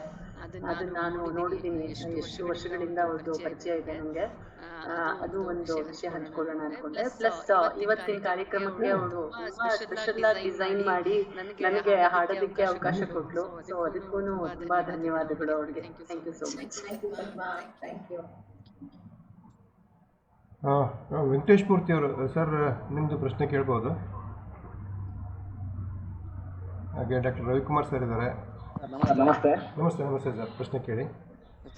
ಈಗ ಜ್ಯೋತಿಷಾಸ್ತ್ರದ ಬಗ್ಗೆ ಹೇಳಿದಾಗ ಇದು ಗ್ರಹಗಳ ಮೇಲೆ ಅವಲಂಬಿತವಾದಂತದ್ದು ಜ್ಯೋತಿಷಾಸ್ತ್ರ ಅಂತ ಹೇಳಿ, ಹೌದಲ್ವಾ? ಕರೆಕ್ಟ್ ಅಲ್ಲ ಸರ್? ಗ್ರಹಗಳ ಮೇಲೆ ಹೇಳಿ ಸರ್ ಇನ್ನೊಂದ್ಸಲ. ಅದೇ ಗ್ರಹಗಳ ಮೇಲೆ ಅವಲಂಬಿತವಾಗಿರುತ್ತದೆ ಅಂತ ನನಗ್ ತಿಳಿದ ಮಟ್ಟಿಗೆ ಗ್ರಹ ಸ್ಥಿತಿ ಅಂತ ಹೇಳ್ತೀವಿ. ನಕ್ಷತ್ರ ಗ್ರಹ ಎಲ್ಲ ಸರ್. ಹೌದಲ್ವಾ? ಈಗ ಈಗ ಸಹಜವಾಗಿ ಭಾರತೀಯರದು ಅಥವಾ ಹಿಂದಿನಿಂದ ಪುರಾತನ ಕಾಲದಿಂದ ಬಂದಿತ್ತು ಅಂತಂದ್ರೆ ನಮ್ದು ಸಹಜವಾಗಿ ಭಾರತೀಯರದು ಏನಂದ್ರೆ ಮೂಗು ಮುರಿಯೋದು, ನಮ್ದು ಅಂದ್ರೆ ಎಲ್ಲದಕ್ಕೂ ಮೂಗು ಮುರಿತಾ ಇತ್ತು. ಹೌದು ಹೌದು ಸರ್. ಅದನ್ನೇ ಮತ್ತೆ ವಿದೇಶದವ್ರು ಯಾರಾದ್ರೂ ಹೇಳಿದಾಗ ಅದ್ರ ಬಗ್ಗೆ ಆಸಕ್ತಿ ಹೋಗುತ್ತೆ. ಇದಕ್ಕೆ ಕಾರಣ ಏನು ಅಂತಂದ್ರೆ ನನಗೆ ಕೇಳಿದ ಮಟ್ಟಿಗೆ ಜ್ಯೋತಿಷ್ಯ ಶಾಸ್ತ್ರವನ್ನ ಈಗ ಸಾಕಷ್ಟು ಜನ ಕೇಳಿದ್ದು ಬರೀ ಮನುಷ್ಯನಿಗೆ ಸಂಬಂಧಪಟ್ಟಂಗೆ ಕೇಳುದು ಅಷ್ಟೇ, ಅಂದ್ರೆ ವ್ಯಕ್ತಿಗೆ ಸಂಬಂಧಪಟ್ಟಂಗೆ ನಾವು ಕೇಳ್ತೀವಿ ಇದನ್ನ. ಅದೇ ಬರುತ್ತೆ ಎಲ್ಲರಿಗೂ, ಫಸ್ಟ್ ನಾನ್ ಚೆನ್ನಾಗಿರ್ಬೇಕು. ಆದ್ರೆ ಈಗ ಗ್ರಹಗತಿಗಳು ಅಂತ ಅಂದ್ಮೇಲೆ ಅದು ಇಡೀ ವಿಶ್ವಕ್ಕೆ ಅಂದ್ರೆ ಪಂಚಭೂತಗಳಿಗೆ ಸಂಬಂಧಪಟ್ಟಿದ್ದೇ ಇರುತ್ತೆ. ಖಂಡಿತ ಸರ್. ಮುಂಡೇನ್ ಅಸ್ಟ್ರಾಲಜಿ ಅಂತಂದ್ರೆ ಅದು ಈ ಪ್ರಪಂಚಕ್ಕೆ ಸಂಬಂಧಪಟ್ಟಿದ್ದೆ ಎಲ್ಲ ಇದೆ. ಇದೆ ಇದೆ ಇದೆ ಸರ್. ಈಗ ಜ್ಯೋತಿಷ್ ಶಾಸ್ತ್ರದಲ್ಲಿ ನಾವು ಕೆಲವು ಅವೆಲ್ಲ ಸುಮ್ಮನೆ ಮಾಡಿದಾಗ ಮಳೆ ಬಗ್ಗೆ, ಬೆಳೆ ಬಗ್ಗೆ ಇವೆಲ್ಲವನ್ನು ಪಂಚಾಂಗ ಶ್ರವಣ ಅಂತಾನೆ ನಾವು ಮಾಡ್ತೀವಿ. ಅದು ಏನಾಗಿದೆ ಅಂದ್ರೆ ಬರೇ ಪೂಜೆ ಪುನಸ್ಕಾರ ಮಾಡೋರಿಗೆ ಅಷ್ಟೇ ಅಮ್ಮಂಗ ಆಗ್ಬಿಟ್ಟಿದೆ. ಜಾನಪದದಲ್ಲಿ ಇದ್ರೂ ಕೂಡ ಅಂದ್ರೆ ಹಳ್ಳಿಗಾಡಿನ ಜನ ಅಥವಾ ಹಳ್ಳಿಯವರು ಏನ್ ಹೇಳ್ತೀವಿ ಅವರ ಸುಮ್ನೆ ಒಂದು ಬಂದಿದೆ ಸಾಂಪ್ರದಾಯಿಕವಾಗಿ ಅಂತ ಬರ್ತಾ ಇದೆ. ಆದ್ರೆ ಈಗಿನ ಈ ವೈಜ್ಞಾನಿಕ ಯುಗದಲ್ಲಿ, ಈಗೇನ್ ಡಿಜಿಟಲ್ ಯುಗದಲ್ಲಿ ಇದನ್ನ ಯಾಕೆ ನಮ್ಮ ಎಲ್ಲಾ ರೀತಿಯ ಮಳೆ ಬೆಳೆ ಅಥವಾ ಹವಾಮಾನ ವೈಪರೀತ್ಯ ಇದಕ್ಕೆ ಸಂಬಂಧಪಟ್ಟಂತೆ ಯಾವ ರೀತಿ ನಾವು ಅನುಸರಿಸಬೇಕು, ಬರೀ ವ್ಯಕ್ತಿಗಲ್ಲ, ಒಂದು ಭೂಮಿ ಇದನ್ನ ಸುಲಭೀಕರಿಸಿ ಮಾಡಿದ್ರೆ ಬಹಳ ಚೆನ್ನಾಗಿ. ಇವತ್ತು ನೋಡಿ ಬೆಳಗ್ಗೆ ಕೂಡಲೇ ಟಿವಿಯಲ್ಲಿ ಎಲ್ಲಾ ಜ್ಯೋತಿಷಾಸ್ತ್ರ ಬರುತ್ತೆ, ಅದು ಬರೀ ವ್ಯಕ್ತಿಗಳ ಬಗ್ಗೆ ಬರುತ್ತೆ. ಯಾವುದೇ ಕಾರಣಕ್ಕೂ ಮಳೆಗಳ ಬಗ್ಗೆ, ಹವಾಮಾನ ವೈಪರೀತ್ಯ ಯಾಕೆ ಆಗ್ತಾ ಇದೆ ಇದನ್ನ ವೈಜ್ಞಾನಿಕವಾಗಿ ಜ್ಯೋತಿಷಾಸ್ತ್ರದಲ್ಲಿ ಏನ್ ಹೇಳಿದೆ, ವೇದ ಉಪನಿಷತ್ತುಗಳಲ್ಲಿ ಏನ್ ಹೇಳಿದೆ ಅಂತ ಯಾರು ಹೇಳ್ತಾನೆ ಇಲ್ಲ. ಎರಡನೇದಾಗಿ ನಾನು ಗಮನಿಸಿದ್ದು ಹೇಳ್ಬಿಡ್ತೀನಿ ಮೇಡಮ್. ಎರಡನೇದಾಗಿ ನಾನು ಗಮನಿಸಿದ್ದು, ನಾನು ಒಂದ್ ಹೇಳಕ್ ಹೋಗಿದ್ದೆ, ನನಗೆ ಅಷ್ಟು ಜ್ಯೋತಿಷಾಸ್ತ್ರದಲ್ಲಿ ಆಸಕ್ತಿ ಇಲ್ಲ, ಆದ್ರೆ ಅದನ್ನ ನಾನು ತಿರಸ್ಕಾರ ಮಾಡಲ್ಲ, ನಾನು ಅದನ್ನ ಜಾಸ್ತಿ ನಂಬಲ್ಲ. 100% ಏನು ಅಂತಂದ್ರೆ ನನ್ನ ಆತ್ಮವಿಶ್ವಾಸ, ನನ್ನ ನಂಬಿಕೆ ಮೇಲೆ ನಾನು ಹೋಗ್ತೀನಿ. ಆದ್ರೆ ಹಂಗಂತ ಹೇಳಿ ಜ್ಯೋತಿಷ್ಯ ಸರಿಯಲ್ಲ ಅಂತ ನಾನು ಹೇಳೋದು. ಜ್ಯೋತಿಷಾಸ್ತ್ರ ಕರೆಕ್ಟ್ ಆಗಿ ಹೇಳಿದ್ರೆ 100% ಸರಿಯಾಗೇ ಇರುತ್ತೆ. ಅದ್ರ ಜೊತೆಗೆ ಕೆಲವರು ಶಕುನಶಾಸ್ತ್ರ ಅಂತ ಹೇಳ್ತಾರೆ, ಜೊತೆಗೆಲ್ಲ ಬಂದಿದೆ ಅಂತ ಹೇಳ್ತಾರೆ. ಹೇಳಿದಾಗ ನನಗೇನ್ ಅನಿಸ್ತು ಅಂದ್ರೆ, ನೀವ್ ಯಾಕೆ ಕೇಳಿದ್ರಿ, ನೀವು ಕೇಳಿದ ಟೈಮ್ನಾಗ ಯಾರೋ ಒಬ್ರು ಎದುರಿಗೆ ಬಂದ್ರು ಅಥವಾ ಯಾರನ್ನೋ ನೋಡಿದ್ರಿ, ಅವಾಗ ಅದೆಲ್ಲ ವ್ಯತ್ಯಾಸ ಆಗ್ತದೆ ಅಂತ ಅಂದಾಗ ಒಬ್ಬ ವ್ಯಕ್ತಿಯ ಮೇಲೆ ನಾವೇನೋ ಆಪಾದನೆ ಮಾಡ್ತೀವೋ ಅಥವಾ ಒಬ್ಬ ವ್ಯಕ್ತಿ ಕೆಟ್ಟವನು ಒಳ್ಳೆಯ ನಂಬೋದ್ರ ಬಗ್ಗೆ ಹೋದಾಗ ಅದನ್ನ ನಾವು ತಾರತಮ್ಯ ಮಾಡ್ತೀವೋ ಅಥವಾ ಒಂದ್ ರೀತಿ ಸಾಮರಸ್ಯದ ಬದುಕಿಗೆ ಧಕ್ಕೆ ತರುತ್ತೆ ಅಂತ ಅಮ್ಮಂಗಾಗುತ್ತೆ. ಕೆಲವೆಲ್ಲ ಈ ಜ್ಯೋತಿಷಾಸ್ತ್ರ ಇದನ್ನೆಲ್ಲ ತಗೊಂಡಾಗ ಹೆಂಗ್ ಹೇಳುತ್ತೆ, ಅಥವಾ ಗಂಡ ಇಲ್ದವರು, ಒಂಟಿ ಬ್ರಾಹ್ಮಣ, ಇಂಥವೆಲ್ಲ ಕೆಲವು ಮೂಢನಂಬಿಕೆಗಳು ಜ್ಯೋತಿಷಾಸ್ತ್ರದ ಜೊತೆಗೆ ಬಂದಿದೆ ಅಂತ ಅನ್ಸುತ್ತೆ. ಯಾಕೆ ಅಂತಂದ್ರೆ ಎಲ್ಲರಲ್ಲಿ ಇರುವಂತ, ಎಲ್ಲಾ ಜೀವಿಗಳಲ್ಲಿ ಇರುವಂತ ಒಂದು ಆತ್ಮ ಒಂದೇ, ಅಂತಾನೆ ನಾವ್ ಹೇಳ್ತೀವಿ. ಅದು ಒಂದೊಂದು ಇರುತ್ತೆ. ಆವಾಗ ನಾವ್ ಹೇಳ್ತೀವಿ, ಯಾರೋ ಒಬ್ರು ಬರ್ತಾರೆ ಈ ಜ್ಯೋತಿಷಾಸ್ತ್ರದ ಜೊತೆಗೆ ಹೋದಾಗ ಇದೊಂದು ಮೂಢನಂಬಿಕೆಗಳು ತಳಕ್ ಹಾಕೊಂಡ್ಬಿಡುತ್ತಲ್ಲ, ಅವಾಗ ಏನಾಗುತ್ತೆ, ಸರಿಯಾಗಿದ್ದವ್ರಿಗೆ ಇಲ್ಲಪ್ಪ ಎಲ್ಲಾ ವ್ಯಕ್ತಿಗಳು ಒಂದೇ ಅಂತ ಅನ್ಕೊಂಡವ್ರಿಗೆ ಜ್ಯೋತಿಷಾಸ್ತ್ರ ಸುಳ್ಳು, ಇದೇನ್ ಸರಿ ಇಲ್ಲ ಬಿಡಪ್ಪ, ಇದೊಂದು ಅಂಧಾನುಕರಣೆ ಅಂತ ಅನ್ಸ್ಬಿಡುತ್ತೆ. ಏನು ವೈಜ್ಞಾನಿಕವಾಗಿ ತಾವೆಲ್ಲ ಸ್ಟಡಿ ಮಾಡ್ತಾ ಇದ್ದೀರಿ, ಇದ್ರ ಬಗ್ಗೆ ಒಂದಿಷ್ಟು ಗಮನ ಹಾಕಿದ್ರೆ ಚೆನ್ನಾಗಿರುತ್ತೆ ಅಂತ ಇದ್ರ ಬಗ್ಗೆ ಒಂದಿಷ್ಟು ಒಳ್ಳೆ ಅಭಿಪ್ರಾಯಗಳು ಬರುತ್ತೆ, ಅದ್ರ ಬಗ್ಗೆ ಒಂದಿಷ್ಟು ಅವಲೋಕನಗಳು ಆಗುತ್ತೆ, ಸಂಶೋಧನೆಗಳು ಆಗಿ ಒಂದು ಜನಾಂಗಕ್ಕೆ, ಒಂದು ವಿಶ್ವಕ್ಕೆ ಒಳ್ಳೇದಾಗಬಹುದು ಅಂತ ನನ್ನ ಅನಿಸಿಕೆ ಮೇಡಮ್. ಅಷ್ಟೇ. ಒಂದ್ ನಿಮಿಷ ನಾನ್ ಹೇಳ್ಬಿಡ್ತೀನಿ ಸರ್ಗೆ. ಸರ್, ಈಗ ನಾವು ಜಾತಕ ಅನ್ನೋದನ್ನ ಬೇಸಾಗಿಟ್ಕೊಂಡು ಗ್ರಹ ಗತಿಗಳು, ನಕ್ಷತ್ರಗಳು ಇವೆಲ್ಲದರ ಮೇಲೆ ನಾವು ಜ್ಯೋತಿಷಾಸ್ತ್ರವನ್ನ ಹೇಳ್ತಾ ಇರ್ತೀವಿ, ಅಂದ್ರೆ ಕಲಿತಾ ಇರ್ತೀವಿ. ಆ ಹೊತ್ತಲ್ಲಿ ನಮ್ಗೆ ಮಳೆ ಬೆಳೆಗಳ ವಿಷಯ ಈಗ ಹೊರಗಿನವ್ರು ಏನ್ ನಾವು ಹವಾಮಾನ ಮುನ್ಸೂಚನೆ ಅಂತ ಕೇಳ್ತೀವಲ್ಲ, ಅದಕ್ಕಿಂತ ನಿಖರವಾಗಿ ವರ್ಷದ ಪೂರ್ತಿ ನಾವು ಹೇಳ್ತೀವಿ. ಅದ್ರ ಮೇಲೆ ಇನ್ನೊಂದೇನು ಅಂದ್ರೆ, ಸರ್ ನೀವ್ ಹೇಳಿದ್ರಿ ನನಗೆ ನಂಬಿಕೆ ಇಲ್ಲ ಅಂತ. ನಂಬಿಕೆ ಇಲ್ಲ ಅನ್ಕೊಂಡೆ ಇಷ್ಟೆಲ್ಲಾ ವಿಷಯಗಳು ನಿಮ್ ತಲೆಯಲ್ಲಿದೆ.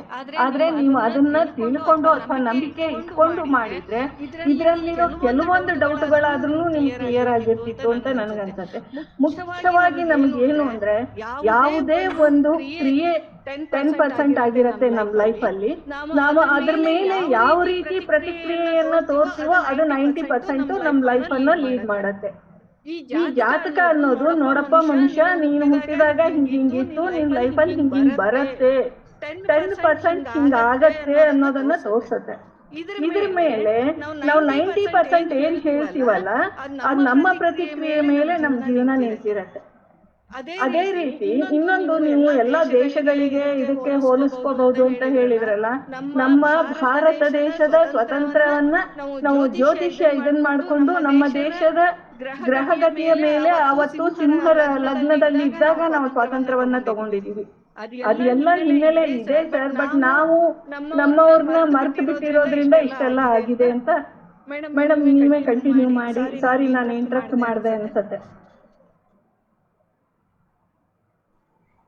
ಭಾರತಿ ಮೇಡಮ್ ನೀವು ಜಾಯಿನ್ ಆಗಿದ್ರಲ್ವ ಮತ್ತೆ? ಭಾರತಿ ಮೇಡಮ್ ಅವರು ಎಕ್ಸಿಟ್ ಆಗಿದ್ರು ಮತ್ತೆ ಜಾಯಿನ್ ಆದ್ರು ಅನ್ಸುತ್ತೆ.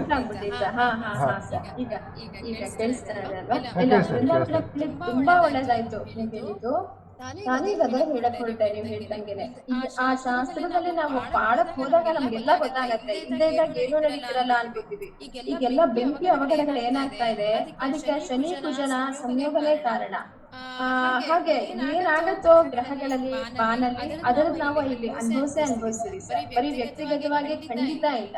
ಬೃಂದಾ ಮೇಡಮ್ ಕೂಡ ತುಂಬಾ ಸರಿಯಾಗಿ ಹೇಳಿದ್ದಾರೆ. Thank you madam. ಅದೇ ನನ್ನ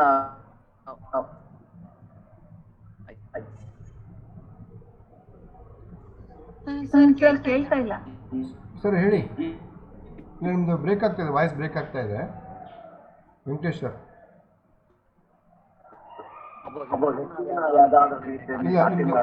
ಸರ್ ಮತ್ತೆ ರಿಪೀಟ್ ಮಾಡಿ, ನಿಮ್ದು ಹೇಳಿದ್ದು ಪೂರ್ತಿ ಕೇಳಿಸ್ತಿಲ್ಲ.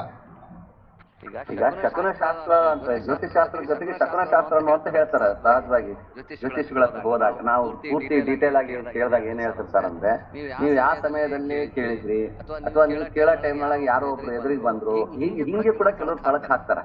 ಅಂತವ್ರ ಎದುರಿಗೆ ಬರಬಾರ್ದು, ಇಂಥವ್ರ ಎದುರಿಗೆ ಬರಬಾರ್ದು, ಇದೆಲ್ಲ ಜ್ಯೋತಿಷದಲ್ಲಿ ಇದೆ ಅಂತ ಹೇಳ್ತಾರೆ.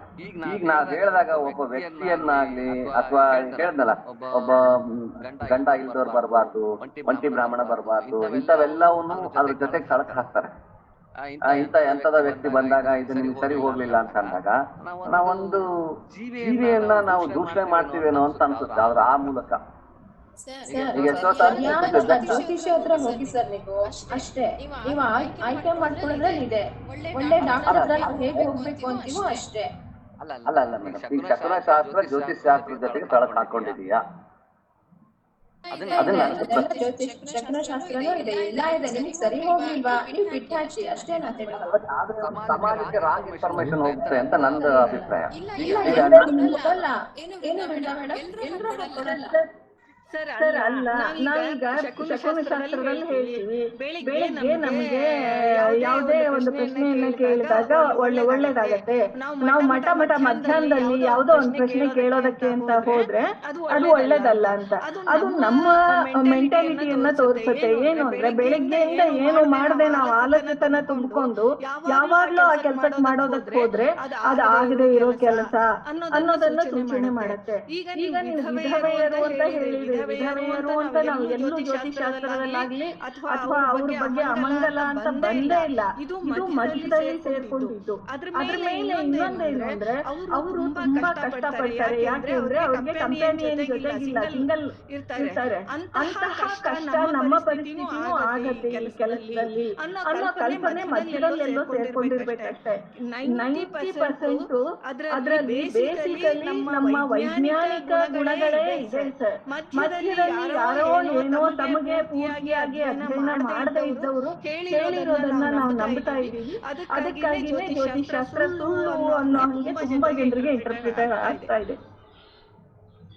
ಮೇಡಮ್, ನಾನು ಹೇಳಿದ್ದು ಈಗ ಯಾರು ನಿಜವಾಗಿ ಸ್ಟಡಿ ಮಾಡ್ತಾ ಇದ್ರೆ ಜ್ಯೋತಿಷಾಸ್ತ್ರವನ್ನ ಸರಿಯಾದ ದಾರಿಗೆ ತರಬೇಕು ಅಂತಿದ್ದಾರೆ, ಅವ್ರು ಇದ್ರ ಬಗ್ಗೆ ಹೆಚ್ಚು ಗಮನ ಹರಿಸಿದಾಗ ಅದಕ್ಕೆ ವ್ಯಾಲ್ಯೂ ಬರುತ್ತೆ ಅಂತ ನಾನು ಹೇಳ್ತಾ ಇದ್ದೀನಿ. ಈಗ ನಾನು ಈಗ ಪ್ರತಿನಿತ್ಯ ಟಿವಿಯಲ್ಲಿ ಇನ್ನೊಂದ್ರಲ್ಲಿ ನೋಡಿದ್ದು ಅದು ಬೇರೆ ಮಾತಾಗುತ್ತೆ. ಅದು ಎಷ್ಟು ಅದೇ ಜಾಸ್ತಿ ಅನ್ಸ್ಬಿಟ್ಟಾಗ ನಿಜವಾದ ಜ್ಯೋತಿಷಾಸ್ತ್ರ ಏನು ಎಂಬುದು ನಿಂತು ಹೋಗ್ಬಿಡುತ್ತೆ ಅಂತ ನಾನು ಹೇಳ್ತಾ ಇರೋದು. ಇದ್ರ ಬಗ್ಗೆ ಈಗ ವೈಜ್ಞಾನಿಕ ಯುಗದಲ್ಲಿ ನಾವಿದ್ದೀವಿ, ಎಲ್ಲಾ ರೀತಿಯಲ್ಲಿ ತಂತ್ರಜ್ಞಾನ ಯುಗದಲ್ಲಿ ಮುಂದಿದ್ದೀವಿ. ಇದನ್ನ ಯಾರೋ ಕೆಲವರೆಲ್ಲ PhD ಮಾಡಿದ್ದಾರೆ ಅಂತ ಹೇಳಿದ್ರಲ್ಲ, ಅಂತರೆಲ್ಲ ಇದ್ರ ಬಗ್ಗೆ ಹೆಚ್ಚು ಗಮನ ಕೊಟ್ಟಾಗ ನಿಜವಾದ ಜ್ಯೋತಿಷಾಸ್ತ್ರ ಅಂಬದು ಉಳಿಯುತ್ತೆ. ಅದು ಬಿಟ್ಬಿಟ್ಟು ಅದ್ರ ಜೊತೆಗೆ ಏನೇನೋ ತಳಕ ಹಾಕೊಂಡಿರೋದೇ ವಿಜೃಂಭಿಸ್ಬಿಟ್ಟಾಗ ನಮ್ಮ ಏನು ಪುರಾತನ ಅಂದ್ರೆ ನಾನು ಹೇಳ್ತೀನಿ, ನಾನು ಜ್ಯೋತಿಷಾಸ್ತ್ರನ ಅಲ್ಲ ಗೆಳೆಯಲ್ಲ, ಅದು ನನಗೆ ಅದು ಅವಶ್ಯಕತೆ ಇಲ್ಲ ಅಂತ ನನ್ನ ಸ್ವಂತ ಸೆಲ್ಫ್ ಕಾನ್ಫಿಡೆನ್ಸ್ ನಾನು ಇದ್ದೀನಿ ಅಂತ ಹೇಳಿದ್ದೆ ಅಷ್ಟೇ. ನಾನು ಜ್ಯೋತಿಷಾಸ್ತ್ರನ ಅಲ್ಲ ಗೆಳ್ದಿಲ್ಲ.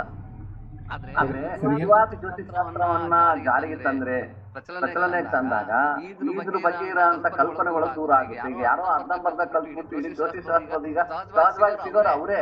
ಈಗ ತಮ್ಮಂತೆ ಡೀಪ್ ಆಗಿ ಸ್ಟಡಿ ಮಾಡಿದವ್ರು ಸಿಗೋದು ಕಷ್ಟ ಆಗುತ್ತೆ. ಸ್ವಲ್ಪ ಓದ್ದೋರೆ ಅದನ್ನ ಮಾಡಿದಾಗ ಏನಾಗುತ್ತೆ, ಇಡೀ ಜ್ಯೋತಿಷಾಸ್ತ್ರದ ಬಗ್ಗೆನೆ ಅಥವಾ ಹೀಗೆ ಅರ್ಧಂಬರ್ಧ ತಿಳಿದವರು ಚಕ್ರಶಾಸ್ತ್ರನ ಜ್ಯೋತಿಷಾಸ್ತ್ರದ ಜೊತೆಗೆ ಮಾಡಿದಾಗ ಅದ್ರ ಬಗ್ಗೆ ಒಂದು ರೀತಿ ನೆಗೆಟಿವ್ ಆಗುತ್ತೆ ಅಂತ ನಂದು ಆಲೋಚನೆ ಮೇಡಮ್ ಅಷ್ಟೇ. ಸರ್ ಏನಿಲ್ಲ, ಈಗ ಏನಾಗಿದೆ ಅಂತಂದರೆ ಈ ಸೂಡೋ ಸೈನ್ಸ್ ಅನ್ನೋದು ಅಂದರೆ ಯಾವುದು ಸೈನ್ಸು ಅಲ್ಲ ಅಥವಾ ಒಂದು ಶಾಸ್ತ್ರನೂ ಅಲ್ಲೋ ಅದು ಹೆಚ್ಚು ಪ್ರಾಮುಖ್ಯತೆಯನ್ನು ಪಡಿತಾ ಇದೆ ಇವಾಗ. ಇವತ್ತು ಜಾಹೀರಾತು ಪ್ರಪಂಚದಲ್ಲಿ ಹೆಂಗೆ ಅಂತಂದರೆ ಯಾರು ಹೆಚ್ಚು ಹೇಳ್ಕೊಳ್ತಾರೆ ಅವ್ರನ್ನ ಜಾಸ್ತಿ ನಂಬ್ತಾ ಇದ್ದೀವಿ ನಾವು ಅಷ್ಟೇ. 10 ಸಾರಿ ಸುಳ್ಳನ್ನು ಹೇಳಿದ್ರೆ ಆ ಸುಳ್ಳನ್ನು ನಿಜ ಅಂತ ನಂಬುವಂಥ ಒಂದು ಸ್ಥಿತಿಗೆ ನಾವು ಬಂದುಬಿಟ್ಟಿದ್ದೀವಿ. ಈ ನಮ್ಮ ಎಜುಕೇಷನ್ ಸಿಸ್ಟಮ್ ಇರ್ಬೋದು ಅಥವಾ ನಾವು ಏನು ತಿಳ್ಕೊಂಡಿದ್ದೀವಲ್ಲ ಎಲ್ಲವೂ ಕೂಡ ಹಾಗೆ ಆಗಿದೆ. ನಮ್ಮ ಸನಾತನ ಧರ್ಮ ಅಥವಾ ನಮ್ಮ ವೇದಗಳಲ್ಲಿ ಹೇಳಿರ್ತಕ್ಕಂಥ ಸತ್ಯಗಳನ್ನು ಹೇಳ್ಕೊಳ್ಳೋಕ್ಕೆ ನಾವೇ ತಯಾರಿಲ್ಲ. ನೀವಾಗಲೇ ಹೇಳಿದೆ ಯಾರೋ ಫಾರಿನರ್ಸ್ದು ಇನ್ಫ್ಲೂಯೆನ್ಸ್ ನಮಗೆ ತುಂಬ ಜಾಸ್ತಿ ಆಗಿದೆ ಅಂಥೇಳಿ. ಇದು ಕೂಡ ಹಾಗೆ, ನಮಗೆ 10 ಸಾರಿ ಸುಳ್ಳು ಹೇಳೋರನ್ನ ಗಟ್ಟಿಯಾಗಿ ಹೇಳಬೇಕು. ಗಟ್ಟಿಯಾಗಿ ಅದನ್ನ ಇದೇ ಸರಿ ಅಂತ 10 ಸತಿ ಹೇಳ್ಬಿಟ್ರೆ ಅದನ್ನು ನಿಜ ಅಂತ ನಂಬುವಂಥ ಸ್ಥಿತಿಯಲ್ಲಿ ನಾವು ಇದೀ ಮನಸ್ಸು ತಿಳಿದೀವಿ. ಮತ್ತು ಯಾರೀಗ PhD ಮಾಡಿದಾರಲ್ಲ ಅವರು ಇವ್ರ ಜೊತೆ ಕಾಂಪೀಟ್ ಮಾಡೋಕ್ಕೆ ಸ್ವಲ್ಪ ಹಿಂದೆ ಮುಂದೆ ನೋಡ್ತಾರೆ. ಈಗ ನಾವು ಪ್ರತಿ ದಿವಸ ಇದರಲ್ಲಿ ಟಿ ವಿನಲ್ಲೆಲ್ಲ ಕೇಳ್ತೀವಿ, ಅವರು ಟಿ ವಿ ನೋಡೋರಿಗೆಲ್ಲ ಜ್ಯೋತಿಷ್ಯವನ್ನು ಸರಿಯಾಗಿ ಹೇಳೋದಕ್ಕೆ ಸಾಧ್ಯನೇ ಇಲ್ಲ. ಅದು ನಮಗೆ ತುಂಬ ಸ್ಪಷ್ಟವಾಗಿ ಅರ್ಥ ಆಗಿರ್ತಕ್ಕಂಥ ಸತ್ಯ. ಆದರೂ ಕೂಡ ಅದು ನಾವು ಕುತ್ಕೊಂಡು ನೋಡ್ತಿದ್ದೀವಿ ಅಂತಂದರೆ ನಾವು ಅದನ್ನು ತಪ್ಪಿಸ್ಕೋಬೇಕು, ನಾವು ಅದನ್ನು ಬಿಟ್ಬಿಡ್ಬೇಕು ಅಂತ ಅಷ್ಟೇ. ಈಗ ಪ್ರತಿ ದಿವಸ ಪೇಪರ್ನಲ್ಲೂ ಬರ್ತೀನಿ ದಿನ ಭವಿಷ್ಯ ಅಂಥೇಳಿ. ಸೊ 2 ಸಾಲನ್ನು ಬರೆದಿರ್ತಾರೆ, ಒಂದು ರಾಶಿಗೆ 2 ಸಾಲು ಬರೆದಿರ್ತಾರೆ. ಅದು ಆ ರಾಶಿಯಲ್ಲಿ ಇರ್ತಕ್ಕಂಥ ಎಲ್ಲರಿಗೂ ಅಪ್ಲೈ ಆಗಬೇಕು ಅಂತಿರಲ್ಲ. ಸೊ ಜ್ಯೋತಿಷ್ಯ ಶಾಸ್ತ್ರ ತುಂಬ ಡೀಪಾಗಿ ಅರ್ಥ ಮಾಡ್ಕೊಂಡವ್ರಿಗೆ ಅದು ಮಾತ್ರ ಅವರು ಅದನ್ನು ನಿಖರವಾಗಿ ಹೇಳ್ಬೋದು. ಬಹುಶಃ ಈಗ ವೃಂದಾ ಮೇಡಮ್ ಮತ್ತು ಭಾರತಿ ಮೇಡಮ್ ಹೇಳ್ದಂಗೆ ಈ ಶಕುನಶಾಸ್ತ್ರ ಅನ್ನೋದು ಮಧ್ಯೆ ಏನೋ ಸೇರಿಕೊಂಡಿರ್ತಕ್ಕಂಥ ವಿಷಯ ಇರಬಹುದು. ಸೊ ಅದನ್ನು ನಾವು ಅಂಥವ್ರನ್ನ ಆದಷ್ಟು ಅವಾಯ್ಡ್ ಮಾಡೋದು ಒಳ್ಳೆಯದಂತ ಅನಿಸುತ್ತೆ. ಮತ್ತು ನಿಜವಾಗ್ಲೂ ನಮಗೆ ಜ್ಯೋತಿಷ್ಯದ ಬಗ್ಗೆ ನಂಬಿಕೆ ಬರಬೇಕು ಅಂತಂದರೆ ಅದನ್ನು ನಿಖರವಾಗಿ ತುಂಬ ಆಳವಾಗಿ ಅಧ್ಯಯನ ಮಾಡಿ ಅದನ್ನು ಒಂದು ಶಾಸ್ತ್ರವಾಗಿ ಪರಿಗಣಿಸಿ ಅದನ್ನು ಹೇಳುವಂಥ ಲೆಕ್ಕಾಚಾರವಾಗಿ ಹೇಳುವಂಥವ್ರನ್ನ ನಾವು ಹುಡುಕೊಂಡು ಹೋಗಬೇಕು, ಅವರನ್ನು ತಿಳ್ಕೋಬೇಕು. ಆಗ ಅದನ್ನು ಪರೀಕ್ಷೆಗೆ ಒಡ್ಡಬಹುದು. ಅದು ತುಂಬ ಸೂಕ್ತ ಅಂತ ನನಗಂತೂ ಅನಿಸುತ್ತೆ. ನನ್ನ ಅಭಿಪ್ರಾಯ ಅದಕ್ಕೆ ಈ ವೇದಿಕೆ ಮೂಲಕ ಅದನ್ನು ಕೇಳ್ತಾ ಇದ್ದೀನಿ ಡಾಕ್ಟರ್ ಅಷ್ಟೇ. ಸರಿ ಸರ್, ನೀವು ಕೇಳಿದ ಸರಿಯಾಗಿದೆ. ಇಲ್ಲ, ನೀವು ಕೇಳಿದ್ರಿಂದ ಇಷ್ಟು ವಿಷಯಗಳಿಗೆ ಒಂದು ಒಳ್ಳೆಯ ಬೆಳಕು ಚೆಲ್ದಂಗೆ ಆಯಿತು. ಸಾಕಷ್ಟು ವಿಷಯಗಳು ಬೇರೆಯವ್ರಿಗೂ ತಿಳಿದಂಗೆ ಆಯಿತು. ಈ ಚರ್ಚೆ ಆಗಬೇಕು. ಈ ಥರದ ಚರ್ಚೆಗಳಾದಾಗ ಒಂದು ವಿಷಯದ ಒಂದು ನಿಖರತೆ ತಿಳಿಬೇಕಂತಂದರೆ ಈ ಥರದ ಚರ್ಚೆಗಳಾಗಬೇಕು, ಒಂದು ರೀತಿ ಮಂಥನ ಆಗಬೇಕು. ಆದಾಗಲೇ ಸರಿಯಾದ ವಿಷಯ ಹೊರಗೆ ಬರೋಕ್ಕೆ ಸಾಧ್ಯ ಇದೆ. ತುಂಬ ಧನ್ಯವಾದಗಳು ಸರ್, ತುಂಬ ಒಳ್ಳೆ ಪ್ರಶ್ನೆನ ಕೇಳಿದಿರಿ, ಒಳ್ಳೆ ಚರ್ಚೆನೂ ಆಗಿದೆ. ಸರ್, ಅಲ್ಲ ಇಲ್ಲಿ ಏನಾಗಿದೆ ಅಂದ್ರೆ ಈಗ ಸಮಾಜದಲ್ಲಿ ಯಾರೋ ಒಬ್ರು ಲಂಚ ತಗೊಂಡವರು ಕೆಟ್ಟವರು ಅಂತ ಹೇಳ್ತಾರೆ. ಅದೇ ತರ ಲಂಚ ಕೊಟ್ಟವ್ರು ಹೌದು. ಇಲ್ಲಿ ವೈಜ್ಞಾನಿಕವಾಗಿ ಜ್ಯೋತಿಷಾಸ್ತ್ರ ಇರೋದು. ಆದ್ರೆ ನಾವು ಜ್ಯೋತಿಷಿಗಳನ್ನು ನಂಬಬಾರ್ದು, ಜ್ಯೋತಿಷ್ ಶಾಸ್ತ್ರ ಒಂದು ಇದೆ, ಎರಡನ್ನೂ ಬೇರೆ ಬೇರೆಯಾಗಿ ನೋಡ್ತಿಲ್ಲ. ಜ್ಯೋತಿಷಿ ಅಂದ್ರೇನೆ ಜ್ಯೋತಿಷ್ ಶಾಸ್ತ್ರ, ಅದನ್ನ ನಂಬಬಾರ್ದು ಅನ್ನೋ ದೃಷ್ಟಿಯಲ್ಲಿ ನೋಡ್ತಾ ಇದೀವಿ. ಆ ನೋಡಬಾರ್ದು ಅನ್ನೋರು ಇಲ್ಲಿ ತಪ್ಪನ್ನೇ ನಾವು ಮಾಡ್ತಾ ಇದ್ದೀವಿ. ಸಮಾಜದಲ್ಲಿ ಜ್ಯೋತಿಷ್ ಶಾಸ್ತ್ರವನ್ನೇ ನಂಬಬಾರ್ದು ಅನ್ನೋ ಸ್ಥಿತಿಗೆ ನಾವು ಬಂದಿರೋದು ನಮ್ದು ತಪ್ಪು.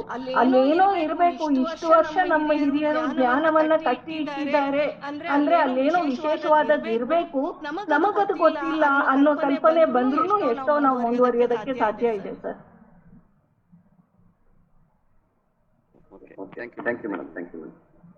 Okay, doctor Ravikumar sir. Madam ನಮಸ್ತೆ. ಮೇಡಮ್ ಒಂದು ಕೇಳಿಸ್ತಾ ಇದೆಯಲ್ಲ ಸರ್? ಕೇಳಿಸ್ತದೆ ಸರ್, ಹೇಳಿ ಸರ್. ಮೇಡಮ್ ಒಂದೆರಡು ಅನುಮಾನಗಳಿವೆ. ಸ್ವಲ್ಪ ಲೇಟಾಗಿ ನಾನು ಜಾಯಿನ್ ಆದೆ. ಅಕಸ್ಮಾತ್ ಈ ಪಾಯಿಂಟ್ ಏನಾದ್ರು ತಾವು ಮೊದಲೇ ಹೇಳಿದ್ರಿ ದಯವಿಟ್ಟು ಕ್ಷಮಿಸಿ.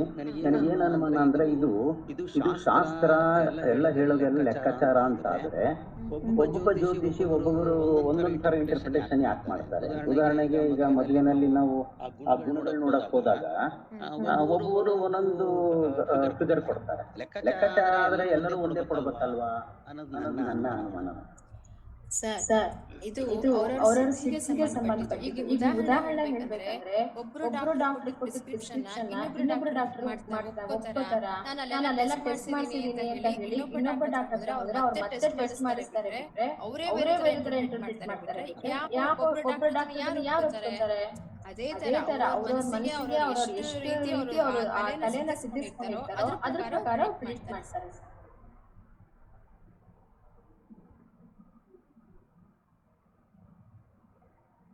ಓಕೆ, ಅವ್ರಿಗೇನು ಸಮಸ್ಯೆ ಆಗಿ ಎಕ್ಸಿಟ್ ಆದ್ರೆ ಅನಿಸುತ್ತೆ. ಬೇರೆ ಯಾರಿಗಾದ್ರೂ ಪ್ರಶ್ನೆಗಳಿದ್ರೆ ಕೇಳ್ಬೋದು. ನನ್ನ ಫ್ರೆಂಡು ಒಬ್ಬರು ಹಿಂಗೆ ಜ್ಯೋತಿಷ್ಯದಲ್ಲಿ PhD ಮಾಡಿದರು. ಅವರು ಮಲೇಷಿಯಾಗೆ ಹೋಗಿ PhD ಡಿಗ್ರಿ ತೊಗೊಂಡು ಬಂದರು. ಅವರು ಅದು ಏನು ಜ್ಯೋತಿಷ್ಯ ನಂಗೆ ಗೊತ್ತಿಲ್ಲ, ಬಟ್ ಅವರು ಯೋಗ ಟೀಚರ್. ಅವಳನ್ನು ಅವ್ರ ಹತ್ರ ಬರೋರಿಗೆ ಏನು ಪ್ರಾಬ್ಲಮ್ ಇದೆ ಅದನ್ನು ಜಾತಕವನ್ನು ನೋಡಿ ಅವ್ರಿಗೆ ಯಾವ ಆಸನ ಮಾಡಿಸ್ಬೇಕು, ಯಾವ ಥರ ಅವರಿಗೆ ಸರಿ ಮಾಡಬೇಕು ಅನ್ನೋದನ್ನು ಜ್ಯೋತಿಷದ ಆಧಾರದ ಮೇಲೆ ಅವರು ಡಿಸೈಡ್ ಮಾಡ್ತಾರೆ.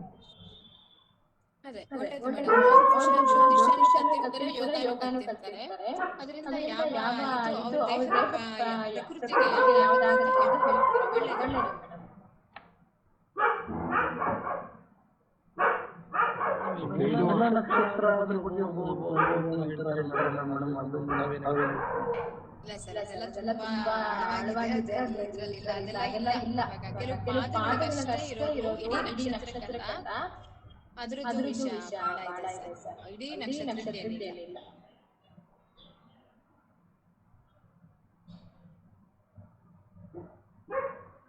ಓಕೆ, ಬೇರೆ ಯಾರಿಗಾದ್ರೂ ಪ್ರಶ್ನೆಗಳಿದ್ರೆ ಕೇಳ್ಬೋದು, ಅವಕಾಶ ಇದೆ.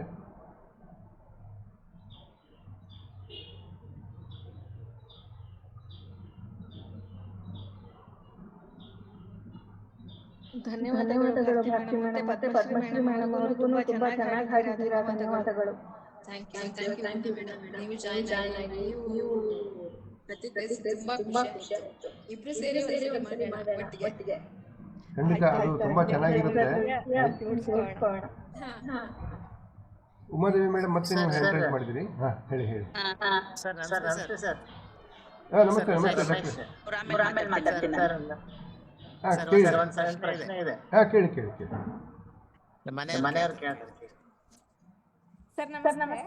ನಮಸ್ತೆ ನಮಸ್ತೆ ಮೇಡಮ್ ಹೇಳಿ. ಅಲ್ಲ, ಮಹಾನಕ್ಷತ್ರಗಳಲ್ಲಿ ಹುಟ್ಟಿರೋದ್ರಿಂದ ಲಾಭ ಆ ಥರ ಏನದು ಮಹಾನಕ್ಷತ್ರಗಳು 5 ಇದಾವಲ್ಲ, ಅದ್ರ ಬಗ್ಗೆ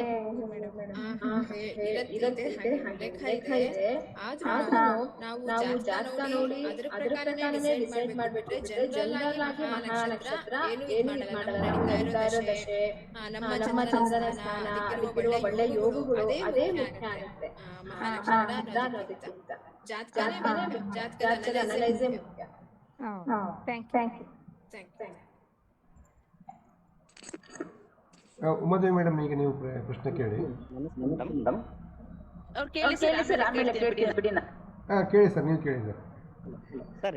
ಏನಿಲ್ಲ, ನಾನು ಸ್ವಲ್ಪ ಲೇಟಾಗಿ ಜಾಯ್ನ್ ಆದೆ. ಒಂದು half an hour back madam ಎಲ್ಲ ಮಾತು ಮುಗಿಸಿದ್ರು. ಆದ್ರೆ ಈ ಜ್ಯೋತಿಷ್ಯ ಶಾಸ್ತ್ರದ್ದು ಅಂತ ಹೇಳಿದಾಗ ಅದು ಪೂರ್ಣ ಲೆಕ್ಕಾಚಾರದ ಆಧಾರದ ಮೇಲೆ ನಡೀತಕ್ಕಂಥದ್ದು ಅಂತ ಅನ್ಕೊಂಡಿದ್ದೀನಿ. ಒಬ್ಬರು ಸರ್ ಕೇಳಿದಾಗ ಅದು ಲೆಕ್ಕಾಚಾರದ ಆದ್ಮೇಲೆ ಎಲ್ಲರೂ ಹೇಳೋದು ಒಂದೇ ರೀತಿ ಆಗ್ಬೇಕಲ್ವಾ? ಈಗ ಯೂಶಲಿ ಅವರು ಮೇಡಮ್ ಏನಂದ್ರು, ಒಬ್ಬ ಡಾಕ್ಟರ್ ಹತ್ರ ಹೋದಾಗ ಒಂದು ರೀತಿ ಹೇಳ್ತಾರೆ, ಇನ್ನೊಂದು ಡಾಕ್ಟರ್ ಹತ್ರ ಹೋದಾಗ ಅವರು ಮತ್ತೆ ಟೆಸ್ಟ್ ಮಾಡಿಬಿಟ್ಟು ಹೇಳ್ತಾರೆ ಅಂತ. ಬಟ್ ಯೂಶಲಿ ಜನ್ಮ ಆದ ತಕ್ಷಣ ಇರ್ತಕ್ಕಂಥ ಸಮಯದಿಂದ ಅವರು ನಕ್ಷತ್ರಗಳು ಎಲ್ಲಿ ಯಾವ ಟೆರಿಟೋರಿಯಲ್ ಇತ್ತು ಆ ಒಂದು ಆಧಾರದ ಮೇಲೆ ಅವ್ರ ಲೆಕ್ಕಾಚಾರ ಹಾಕೋದ್ರಿಂದ usually it is like mathematics ಅಂತ ನಾನು ಅನ್ಕೊಂಡಿದ್ದೀನಿ. ಅಂದ್ರೆ ಮ್ಯಾಥಮೆಟಿಕ್ಸ್ ಅಲ್ಲಿ 2 × 2 4 ಆಗುತ್ತೆ ವಿನ ಬೇರೆ ಆಗಲ್ಲ. ಆದ್ರೆ ಬೇರೆದ್ರಲ್ಲಿ ಅಸ್ಯೂಮ್ ಮಾಡ್ತಾ ಹೋಗ್ತೀವಿ. ಅಂದ್ರೆ ನಮ್ಮ ಮೆಡಿಕಲ್ ಸೈನ್ಸ್ ಅಲ್ಲಿ ಏನಾದ್ರೆ ಅದು ಬೇರೆನೂ ಆಗ್ಬೋದು, ಪಾಸಿಬಿಲಿಟೀಸ್ ಆರ್ ಮೋರ್ ಅಂತ. ಇದು ಯಾವ ರೀತಿ ಅಂದ್ರೆ ಅಸ್ಯೂಮ್ ಮಾಡ್ಕೊಂಡು ಹೇಳ್ತಕ್ಕಂಥದ್ದು ಅಥವಾ ಇಟ್ ಇಸ್ ಲೈಕ್ ಮ್ಯಾಥಮೆಟಿಕ್ಸ್ ಅಂತ. ಸರ್ ಜಾತಕ ಹಾಕೋದು ಲೆಕ್ಕಾಚಾರನೇ, ಲೆಕ್ಕಾಚಾರನೇ ನಾವು ಜಾತಕ ಹಾಕೋದು. ಆದ್ರೆ ಅದನ್ನ ಪ್ರಿಡಿಕ್ಟ್ ಮಾಡೋದು ನಾವು ಸಿದ್ಧಿಸಿಕೊಂಡ ನಮ್ಮ ವಿದ್ಯೆಗೆ ತಕ್ಕ ಹಾಗೆ ನಮ್ಮ ಪ್ರಿಡಿಕ್ಷನ್ಗಳು ಬರ್ತಾ ಹೋಗುತ್ತೆ. ನಾವು ಎಷ್ಟು ನೇಮವಾಗಿರ್ತೀವಿ ಅದೆಲ್ಲ ಕೌಂಟ್ ಆಗುತ್ತೆ ಸರ್. ನಮ್ಗೆ ಆ ಸಮಯದಲ್ಲಿ ಏನ್ ಹೊಡೆಯುತ್ತೆ ಅದು ಪ್ರಿಡಿಕ್ಷನ್ ಅಂತ ಹೇಳ್ತೀವಿ. ಜಾತಕ ಬರೆಯೋದು, ಆ ದಶಾವೃತ್ತಿಗಳನ್ನು ಹಾಕೋದು ಅದೆಲ್ಲ ಲೆಕ್ಕಾಚಾರನೇ ಹೌದು. ಅದ್ರಲ್ಲಿ ಯಾವ ಅನುಮಾನ ಇರಲ್ಲ, ಅದೆಲ್ಲ ಒಂದೇ ಆಗಿರುತ್ತೆ. ಪ್ರಿಡಿಕ್ಷನ್ ಅಲ್ಲಿ ಅಷ್ಟೇ ಚೇಂಜ್ ಆಗುತ್ತೆ ಸರ್. ಅಂದ್ರೆ ಪ್ರಿಡಿಕ್ಷನ್ ಸಾಕಷ್ಟು ವೇರಿಯೇಷನ್ ಬರೋದಕ್ಕಲ್ಲ, ವಿರೋಧಾಭಾಸದಲ್ಲೂ ಬರುತ್ತಲ್ವಾ ಮೇಡಮ್? ವೈಯಕ್ತಿಕವಾಗಿ ಅದಕ್ಕೆ ಅವ್ರು ಎಷ್ಟು ಕಲ್ತಿದ್ದಾರೆ, ಅವ್ರು ಎಷ್ಟು ನೇಮವಾಗಿದ್ದಾರೆ, ಸಿದ್ಧಿ ಎಷ್ಟು ಮಾಡಿದ್ದಾರೆ ಅನ್ನೋದ್ರ ಆಧಾರದ ಮೇಲೆ ನೀವು ಅವ್ರನ್ನ ಕಾಂಟ್ಯಾಕ್ಟ್ ಮಾಡಿದಾಗ ನಿಮಗೆ ನಿಜವಾದ ಸ್ಥಿತಿ ಗೊತ್ತಾಗುತ್ತೆ.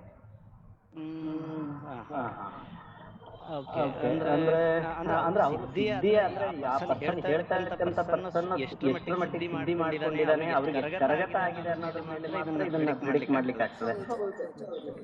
ಯಾಕಂದ್ರೆ ಮೊನ್ನೆ ಜಸ್ಟ್ ರೀಸೆಂಟ್ ಆಗಿ ರಾಮ ಪ್ರತಿಷ್ಠಾಪನೆ ಇದ್ದಾಗ ಕೂಡ ಈ ವಿಚಾರ ಅಂದ್ರೆ ಈ ಮುಹೂರ್ತ ಚೆನ್ನಾಗಿಲ್ಲ ಅನ್ನೋದು ಎಷ್ಟೋ ಜನ ಹೇಳಿದ್ರು. ಇನ್ನೊಬ್ರು ಇಲ್ಲ ಇದು ಸೂಕ್ತ ಇದೆ, ಅದರಲ್ಲೂ ವಿರೋಧಾಭಾಸ ಬಂತು. ಸೊ ಇದ್ದಾಗ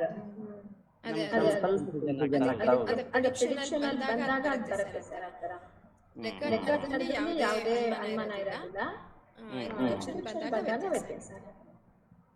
ಓಕೆ ಮೇಡಮ್. ಕ್ವಶನ್ ಇದು ಅಂದ್ರೆ ಜನ್ಮ ಅಂದ್ರೆ ನಾವೇನು ಒಬ್ಬ ಮನುಷ್ಯನ ಹುಟ್ಟಿದ ಸಮಯ ಅಂತ ಏನ್ ತಗೊಳ್ತೀವಲ್ಲ ಅದನ್ನೇ ಅಂತ ತಗೊಳ್ತೀವೋ, ಅಂದ್ರೆ ಒಬ್ಬ ಮನುಷ್ಯಂದು ಈ ತರ ಸ್ವಭಾವ ಅನ್ನೋದಕ್ಕೆ, ಅಥವಾ ಏಕೆಂದ್ರೆ ಒಂದು ಎಷ್ಟೋ ಸರಿ ಮಾತಾಡ್ಬೇಕಾದಾಗ ಗರ್ಭದಲ್ಲಿ ಆಲ್ರೆಡಿ ಮಗು ಹುಟ್ಟಿರುತ್ತೆ, ಅದು ಬೆಳವಣಿಗೆ ಆಗ್ತಾ ಇರುತ್ತೆ. ಆ ಸಮಯ ಅಂತ ಕನ್ಸಿಡರ್ ಮಾಡ್ಲಿಕ್ಕೆ ಆಗ್ತದೆ. ನಾವು ಹುಟ್ಟಿದ್ದೇ ಇದಕ್ಕೆ ಪ್ರಪಂಚಕ್ಕೆ ಬಂದ ತಕ್ಷಣ ಅಂದ್ರೆ ಹೊರಗಡೆ ಭೂಮಿಯಿಂದ ಹೊರಗೆ ಬಂದ ತಕ್ಷಣ ಅವ್ರದ್ದು ಯಾಕೆ ಸಮಯ ತಗೋಬೇಕು ಅನ್ನೋದು ಒಂದು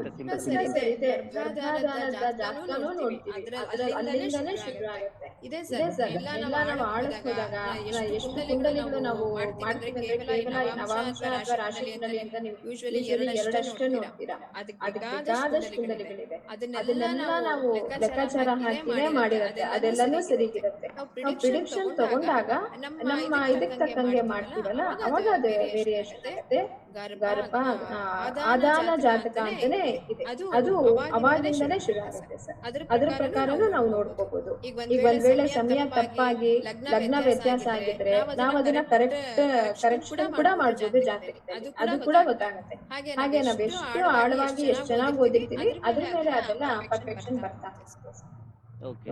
ಯಾಕಂದ್ರೆ ಗರ್ಭಧಾರಣೆ ಧರಿಸೋದು ಅದು ಯಾರಿಗೂ ಅಸ್ಯೂಮ್ ಮಾಡ್ಲಿಕ್ಕೆ ಆಗಲ್ಲ. ಒಂದು ಹೊರಗೆ ಬರ್ತಕ್ಕಂಥ ಮಗು ಟೈಮಿಂಗ್ ನಾವು ಅಂದ್ರೆ ನೋಡ್ಬೋದು, ಬಟ್ ಗರ್ಭಧಾರಣೆ ಆಗೋದು ಯಾವ ರೀತಿ ಅಸ್ಯೂಮ್ ಮಾಡ್ಲಿಕ್ಕೆ ಆಗ್ತದೆ ಅಂತ ಅದಕ್ಕೂ ಆದಾನ ಈ ಜನ್ಮ ಬಂದ್ಮೇಲೆ ಆದಾನ ಜಾತಕ ಅಂತಾನೂ ನಾವು ನೋಡ್ತೀವಿ, ಲೆಕ್ಕ ಹಾಕೋದು ಯಾವಾಗಾಗಿತ್ತು, ಅದ್ರ ಮುಹೂರ್ತ ಹೆಂಗಿತ್ತು ಅದರ ಲೆಕ್ಕಾಚಾರ ಹಾಕೋದು.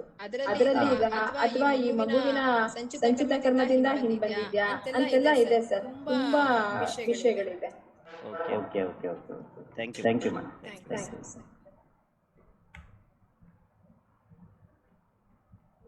ಉಮಾದೇವಿ ಮೇಡಮ್ ಪ್ರಶ್ನೆ ಕೇಳ್ತೀರಾ?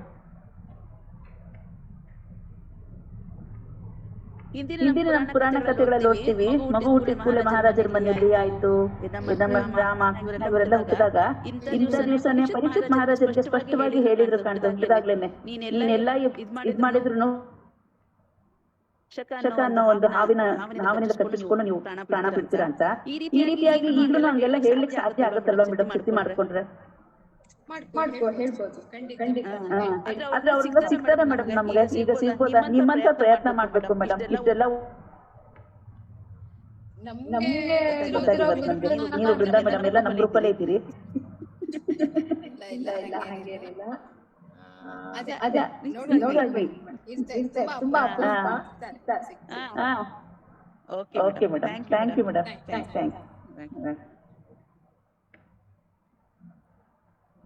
ಲತಾ ಮೇಡಮ್ ಹ್ಯಾಂಡ್ ರೈಸ್ ಮಾಡಿದ್ರೆ ಏನಾದ್ರು ಪ್ರಶ್ನೆ ಇತ್ತಾ?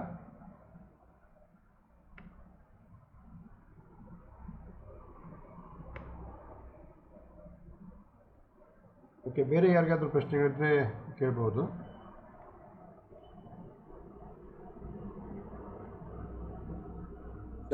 ಮಾತಾಡೋದಾ? ಹಾಂ, ಮಾತಾಡಿ ಸರ್, ಮಾತಾಡಿ. ನಮಸ್ಕಾರ ಮ್ಯಾಮ್. ಈಗ ಮಹಾಭಾರತದಲ್ಲಿ ಒಂದು ಉಲ್ಲೇಖ ಬರುತ್ತೆ, ಕಾಲೋ ದುರತಿಕ್ರಮ, ಕಾಲವನ್ನು ಮೀರ್ಲಿಕ್ಕಾಗಲ್ಲ, ವಿಧಿಯನ್ನು ಮೀರ್ಲಿಕ್ಕಾಗಲ್ಲ ಅಂತ. ಇಲ್ಲಿ ಮನುಷ್ಯ ಪ್ರಯತ್ನ ಹೇಗೋ ಅಥವಾ ಈಗಾಗಲೇ ಎಲ್ಲ ನಮ್ಮ ಕುಂಡಲಿಯಲ್ಲಿ ಬರೆದಿಟ್ಟಿದೆ ಅಂತಂದಾಗ ಅದ್ರ ಇಂಟರ್ಫೇಸ್ ಹೇಗೆ ಅದನ್ನ ಮಾಡ್ಕೊಳ್ಳೋದು? ಇಲ್ಲ, ಖಂಡಿತ ನಮ್ಮ ಕರ್ಮಗಳನ್ನೇ ನಾವು ಕಳ್ಕೋಬಹುದು. ಹೇಳಿದ್ದಲ್ಲ, ಆಗ್ಲೇ ಹೇಳಿದಂಗೆ ಅದರ ತೀವ್ರತೆ ಪ್ರಮಾಣವನ್ನ ನಾವು ಕಡಿಮೆ ಮಾಡ್ಕೊಳಕ್ ಸಾಧ್ಯ ಇದೆ. ಆ ವಿಧಿಗೆ ಅನುಸಾರವಾಗಿ ಏನ್ ಅನುಭವಿಸ್ಬೇಕು ಅದ್ ಅನುಭವಿಸ್ಲೇಬೇಕು. ನಮ್ಮ ಕರ್ಮಗಳೆಲ್ಲ ಸರಿಯಾಗಿದೆ ಅಂದ್ರೆ ನಡತೆಗಳು ಎಲ್ಲ ನಾವು ನ್ಯಾಯ ಮಾರ್ಗದಲ್ಲಿ, ಧರ್ಮ ಮಾರ್ಗದಲ್ಲೇ ನಡೀತಾ ಬಂದ್ರೆ ಪರೋಪಕಾರವಾಗಿ ಹಾಗೆ ಎಲ್ಲ ಎಷ್ಟೋ ಅದು ನಮ್ಗೆ ಇದ್ದದ್ದ ಆ ದುಷ್ಪರಿಣಾಮಗಳೆಲ್ಲ ಕಡಿಮೆ ಆಗ್ತಾ ಬರುತ್ತೆ. ಅದೆಲ್ಲ ಹೇಳ್ತೀವಲ್ಲ, ಕೊಡಲಿ ಹೋಗೋದು ಒಬ್ಬರನಲ್ಲಿ ಹೋಯ್ತು ಅಂತ, ಹಾಗೆ ಅಷ್ಟು ಪ್ರಮಾಣ ಮಾತ್ರ ನಾವು ಅನುಭವಿಸಕ್ಕೆ ಆಗುವಷ್ಟು ಇದೆ, ಸಾಧ್ಯತೆ ಇದೆ. ನಮ್ಮ ಒಂದು ಉತ್ತಮ ಕರ್ಮದಿಂದ ಕಡಿಮೆ ಮಾಡ್ಕೊಳ್ಬೇಕಾಗ್ತದೆ. ಅದೇ ಬಹುಶಃ ಈ ಜ್ಯೋತಿಷ ಶಾಸ್ತ್ರದಲ್ಲಿ ಪರಿಹಾರ ಅಂತ ಹೇಳೋದು ಇದೇ ಇರಬಹುದು. Thank you. ನಮಸ್ತೆ ಸರ್. ನಮಸ್ತೆ. ಪ್ರಸನ್ನ ಅವರು ಕೇಳಿ, ಪ್ರಶ್ನೆ ಕೇಳಿ. ಏನಿಲ್ಲ ಸರ್, ಅದೇ ಕೆಲವರು ಯಾವ ರೀತಿ ವಿಚಾರನೂ ಮಾಡಿದ್ವಿ. DVG ಅವ್ರ ಕಡೆ ಹೇಳಿದಾಗೆ ಬಾರದು ಬೊಪ್ಪೋದು ತಪ್ಪೋದು ಅಂತ ಹೇಳ್ತಾರಲ್ಲ ಸರ್. ಕೆಲವರು ಅದನ್ನ ಏನ್ ಮಾಡ್ತಾರೆ ಅಂತಂದ್ರೆ, ಈಗ ಹೇಗಿದ್ರು ನಾವು ಅನುಭವಿಸ್ಲೇಬೇಕು ಬಿಡು, ಅದೆಲ್ಲ ಯಾಕೆ ಏನ್ ಆಗ್ಬೇಕಲ್ಲ ಹಾಗೆ ಆಗುತ್ತೆ, ಯಾವ್ದ್ರಿಂದ ನಮ್ಗೆ ಪರಿಹಾರ ಸಿಗಲ್ಲ ಅನ್ನೋ ಒಂದು ಆಟಿಟ್ಯೂಡ್ ಅಲ್ಲೂ ಇರ್ತಾರಲ್ಲ ಸರ್. ಹಾಗಾಗಿ ಕೆಲವು ಸ್ಲಾಕ್ನೆಸ್ ತೋರಿಸೋರು ಇರ್ತಾರೆ ಸರ್ ಅದರಲ್ಲಿ. ಕೆಲವರು ಅದು ವೈಜ್ಞಾನಿಕವಾಗಿ ಇದೆ ಅನ್ನೋದ್ರಲ್ಲಿ ಎರಡು ಮಾತಿಲ್ಲ ಸರ್. ಅದು ವೈಜ್ಞಾನಿಕವಾಗಿದೆ, ಬಹಳ ಪ್ರಾಚೀನ ಇದರಿಂದನೂ ಕೂಡ ಇದೆ ಸರ್. ಆದ್ರೆ ಕೆಲವರು ಆ ರೀತಿ ಇಂಟರ್ಪ್ರಿಟ್ ಮಾಡ್ತಾರೆ, ಪರ್ಸೀವ್ ಮಾಡ್ತಾರೆ ಸರ್. ಏನಂದ್ರೆ ಹೆಂಗಿದ್ರು ನಾವೆಲ್ಲ ಅನ್ಭವಿಸ್ಬೇಕು, ಏನ್ ಮಾಡಿದ್ರು ಅದು ಪರಿಹಾರ ಇಲ್ಲ ಅನ್ನೋ ರೀತಿನೂ ಇರ್ತಾರೆ ಅಂತ. ಇರ್ತಾರೆ. ಅವರು ಅದನ್ನ ಕಳ್ಕೋಬೇಕು ಅನ್ನೋ ವಿಧಿನಲ್ಲಿ ಬರ್ತಿದ್ರೆ ಅವರು ಒಂದು ಮಾರ್ಗದರ್ಶನ ಸಿಗತ್ತೆ. ಇಲ್ಲ ಅಂದ್ರೆ ಅವರು ಅದು ಪೂರ್ತಿ ಅನುಭವಿಸುವಷ್ಟು ಆಗತ್ತೆ. ಮಾರ್ಗದರ್ಶನ ಸಿಗದೆ ಇದ್ರೆ, ಗುರು ಚೆನ್ನಾಗಿದ್ರೆ ಮಾರ್ಗದರ್ಶನಕ್ಕೆ ಒಬ್ಬ ಗುರು ಸಿಗ್ತಾನೆ, ಪರಿಹಾರ ಮಾಡ್ಕೋಬಹುದು. ಇಲ್ಲ, ಗುರು ಚೆನ್ನಾಗಿರ್ಲಿಲ್ಲ ಅಂದ್ರೆ ನಮ್ ಜಾತಕದಲ್ಲಿ ಯಾವ್ದೇ ಒಂದು ಪರಿಹಾರ ಸಿಗೋದು ಕಷ್ಟ, ಅನುಭವಿಸ್ತಾರೆ ಅಷ್ಟೇ.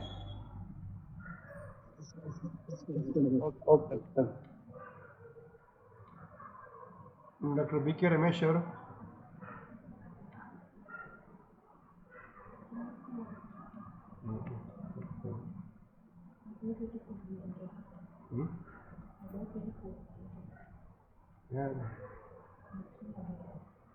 ವಿಜಯಲಕ್ಷ್ಮಿ ಹ್ಯಾಂಡ್ ರೈಸ್ ಮಾಡಿದ್ರಿ, ಮತ್ತೆ ಏನಾದ್ರು ಪ್ರಶ್ನೆ ಇದೆಯಾ ಕೇಳ್ಬೋದು. ಸರ್ ನಾನು ಕೇಳ್ಬೋದಾ ಸರ್? ಕೇಳಿ. ಸರ್ ಮೇಡಮ್ ನಮಸ್ತೆ. ಮೇಡಮ್, ವಾಸ್ತುಶಾಸ್ತ್ರ ಮತ್ತು ಜ್ಯೋತಿಷ್ಯಕ್ಕೆ ಏನಾದರೂ ನೇರವಾದಂತಹ ಸಂಬಂಧ ಇದೆಯಾ ಅನ್ನೋದು ಒಂದು. ಮನೆ ಕಟ್ಟಬೇಕಾದ್ರೆ ಅನೇಕ ಗೊಂದಲಗಳು ಇರುತ್ತೆ, ಹೀಗೆ ಮಾಡಬೇಕು ಹೀಗಿಲ್ಲ ಅನ್ನೋದು. ಜೊತೆಯಲ್ಲಿ ಜ್ಯೋತಿಷ್ಯ ಶಾಸ್ತ್ರಕ್ಕೆ ಬಂದಾಗ ನಾವು ಮನೆಯಲ್ಲಿ 4 ಜನ ಇದ್ರೆ 4 ಜನಕ್ಕೆ ಬೇರೆ ಬೇರೆ ಜಾತಕಗಳು, ಬೇರೆ ಬೇರೆ ನಮಗೆ ಅನುಕೂಲಗಳು ಅದರಿಂದ ಆಗೋದಿರ್ಬೋದು, ಅಪಾಯಗಳಿರ್ಬೋದು, ಗೊತ್ತಿಲ್ಲ. ಆದ್ರೆ ವಾಸ್ತು ಅದನ್ನ ಹೇಗೆ ನಾವು ಲಿಂಕ್ ಮಾಡಬೇಕು, ಯಾರಿಗೆ ನಾವು ಲಿಂಕ್ ಮಾಡಿ ನೋಡ್ಬೇಕು ಅನ್ನೋದು ಹಾಗೇನಾದ್ರೂ ಇದೆಯಾ ಅಂತ? ವಾಸ್ತುಶಾಸ್ತ್ರನೇ ಬೇರೆ, ಜ್ಯೋತಿಷನೇ ಬೇರೆ, ಹಸ್ತ ಸಾಮುದ್ರಿಕನೇ ಬೇರೆ ಸರ್. ಎಲ್ಲ ಒಂದೊಂದು ಫೀಲ್ಡ್. ವಾಸ್ತುಶಾಸ್ತ್ರವನ್ನ ನಾವು ಅಧ್ಯಯನ ಮಾಡಿದಾಗ ಮನೆಯಲ್ಲಿ ಯಾರು ಮುಖ್ಯಸ್ಥ ಆಗಿರ್ತಾರೋ ಅವರ ಜಾತಕದ ಪ್ರಕಾರ ಮೊದಲು ವಾಸ್ತುನ ಮಾಡ್ತೀವಿ ಸರ್. ಹಾಗೆ. Okay, thank you.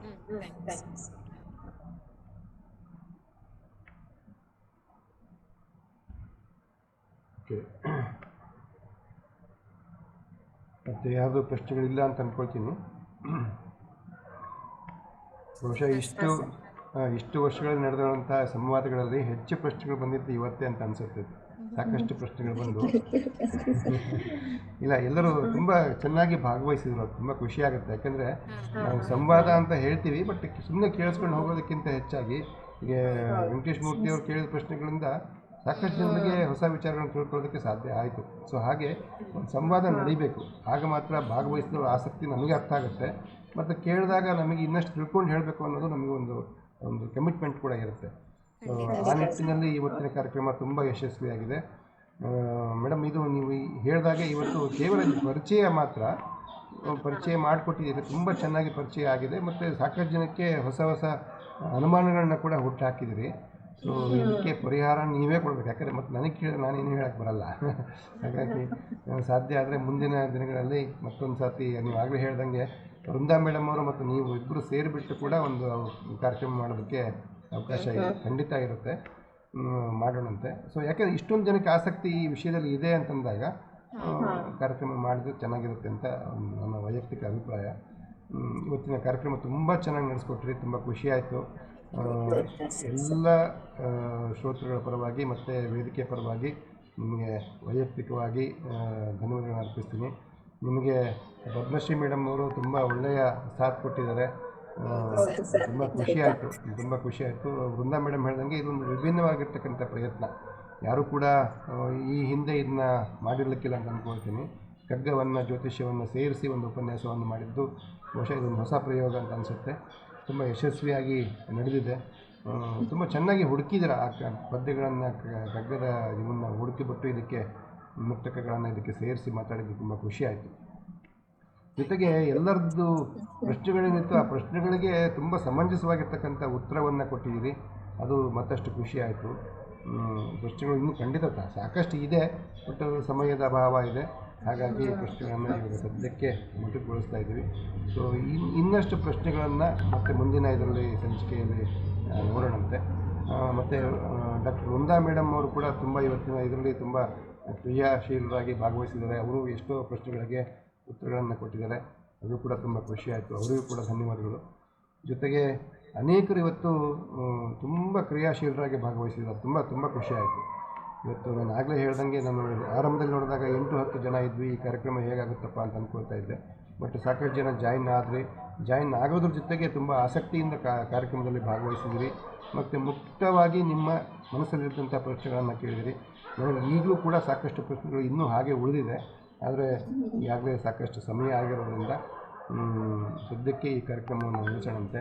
ಮುಂದಿನ ದಿನಗಳಲ್ಲಿ ಕೂಡ ಹೀಗೆ ಎಂದರೆ ಇದು ಬರೀ ಜ್ಯೋತಿಷ್ಯದ ವಿಷಯ ಮಾತ್ರ ಅಲ್ಲ, ನಮ್ಮ ಭಾರತೀಯ ಸಂಸ್ಕೃತಿಯಲ್ಲಿ ಏನೇನು ನಾವು ಪುರಾತನ ವಿಜ್ಞಾನ ಅಂತ ಏನು ಅಂದ್ಕೊಂಡಿದ್ದೀವಲ್ಲ, ಅದು ಶಿಲ್ಪಶಾಸ್ತ್ರ ಇರ್ಬೋದು, ಯಾವುದೇ ಒಂದು ಶಾಸ್ತ್ರ ಆಗಲಿ, ಶಾಸ್ತ್ರ ಅಂತಂದರೆ ಅದೊಂದು ಸೈನ್ಸ್ ಅಂತಲೇ ಇರುತ್ತೆ. ನಮ್ಮಲ್ಲಿ ಅದಕ್ಕೊಂದು ನಿಖರತೆ ಇದ್ದೇ ಇರುತ್ತೆ. ಆ ನಿಖರತೆ ಇರ್ತಕ್ಕಂಥ ವಿಷಯವನ್ನು, ಆ ನಿಖರವಾಗಿ ಇರ್ತಕ್ಕಂಥ ಮಾಹಿತಿಯನ್ನು ತಿಳ್ಕೋಬೇಕು. ನಾವು ಆ ಶಾಸ್ತ್ರವನ್ನು ಬಿಟ್ಬಿಟ್ಟಿದ್ದೀವಿ, ಅದೇ ಶಾಸ್ತ್ರವನ್ನು ಬೇರೆಯವರು ಹೇಳ್ಕೊಟ್ಟಿದ್ದನ್ನು ಕಲಿತಾ ಇದ್ದೀವಿ. ನಮ್ಮ ಶಾಸ್ತ್ರವನ್ನು ನಾವು ಬಿಟ್ಟುಬಿಟ್ಟು ಅದನ್ನು ಒಂದು ಮೂಢನಂಬಿಕೆ ಅನ್ನೋ ಒಂದು ಹಣೆಪಟ್ಟಿ ಕಟ್ಟಿಬಿಟ್ಟು ಸುಮ್ಮನೆ ಆಗಿಬಿಡ್ತೀವಿ.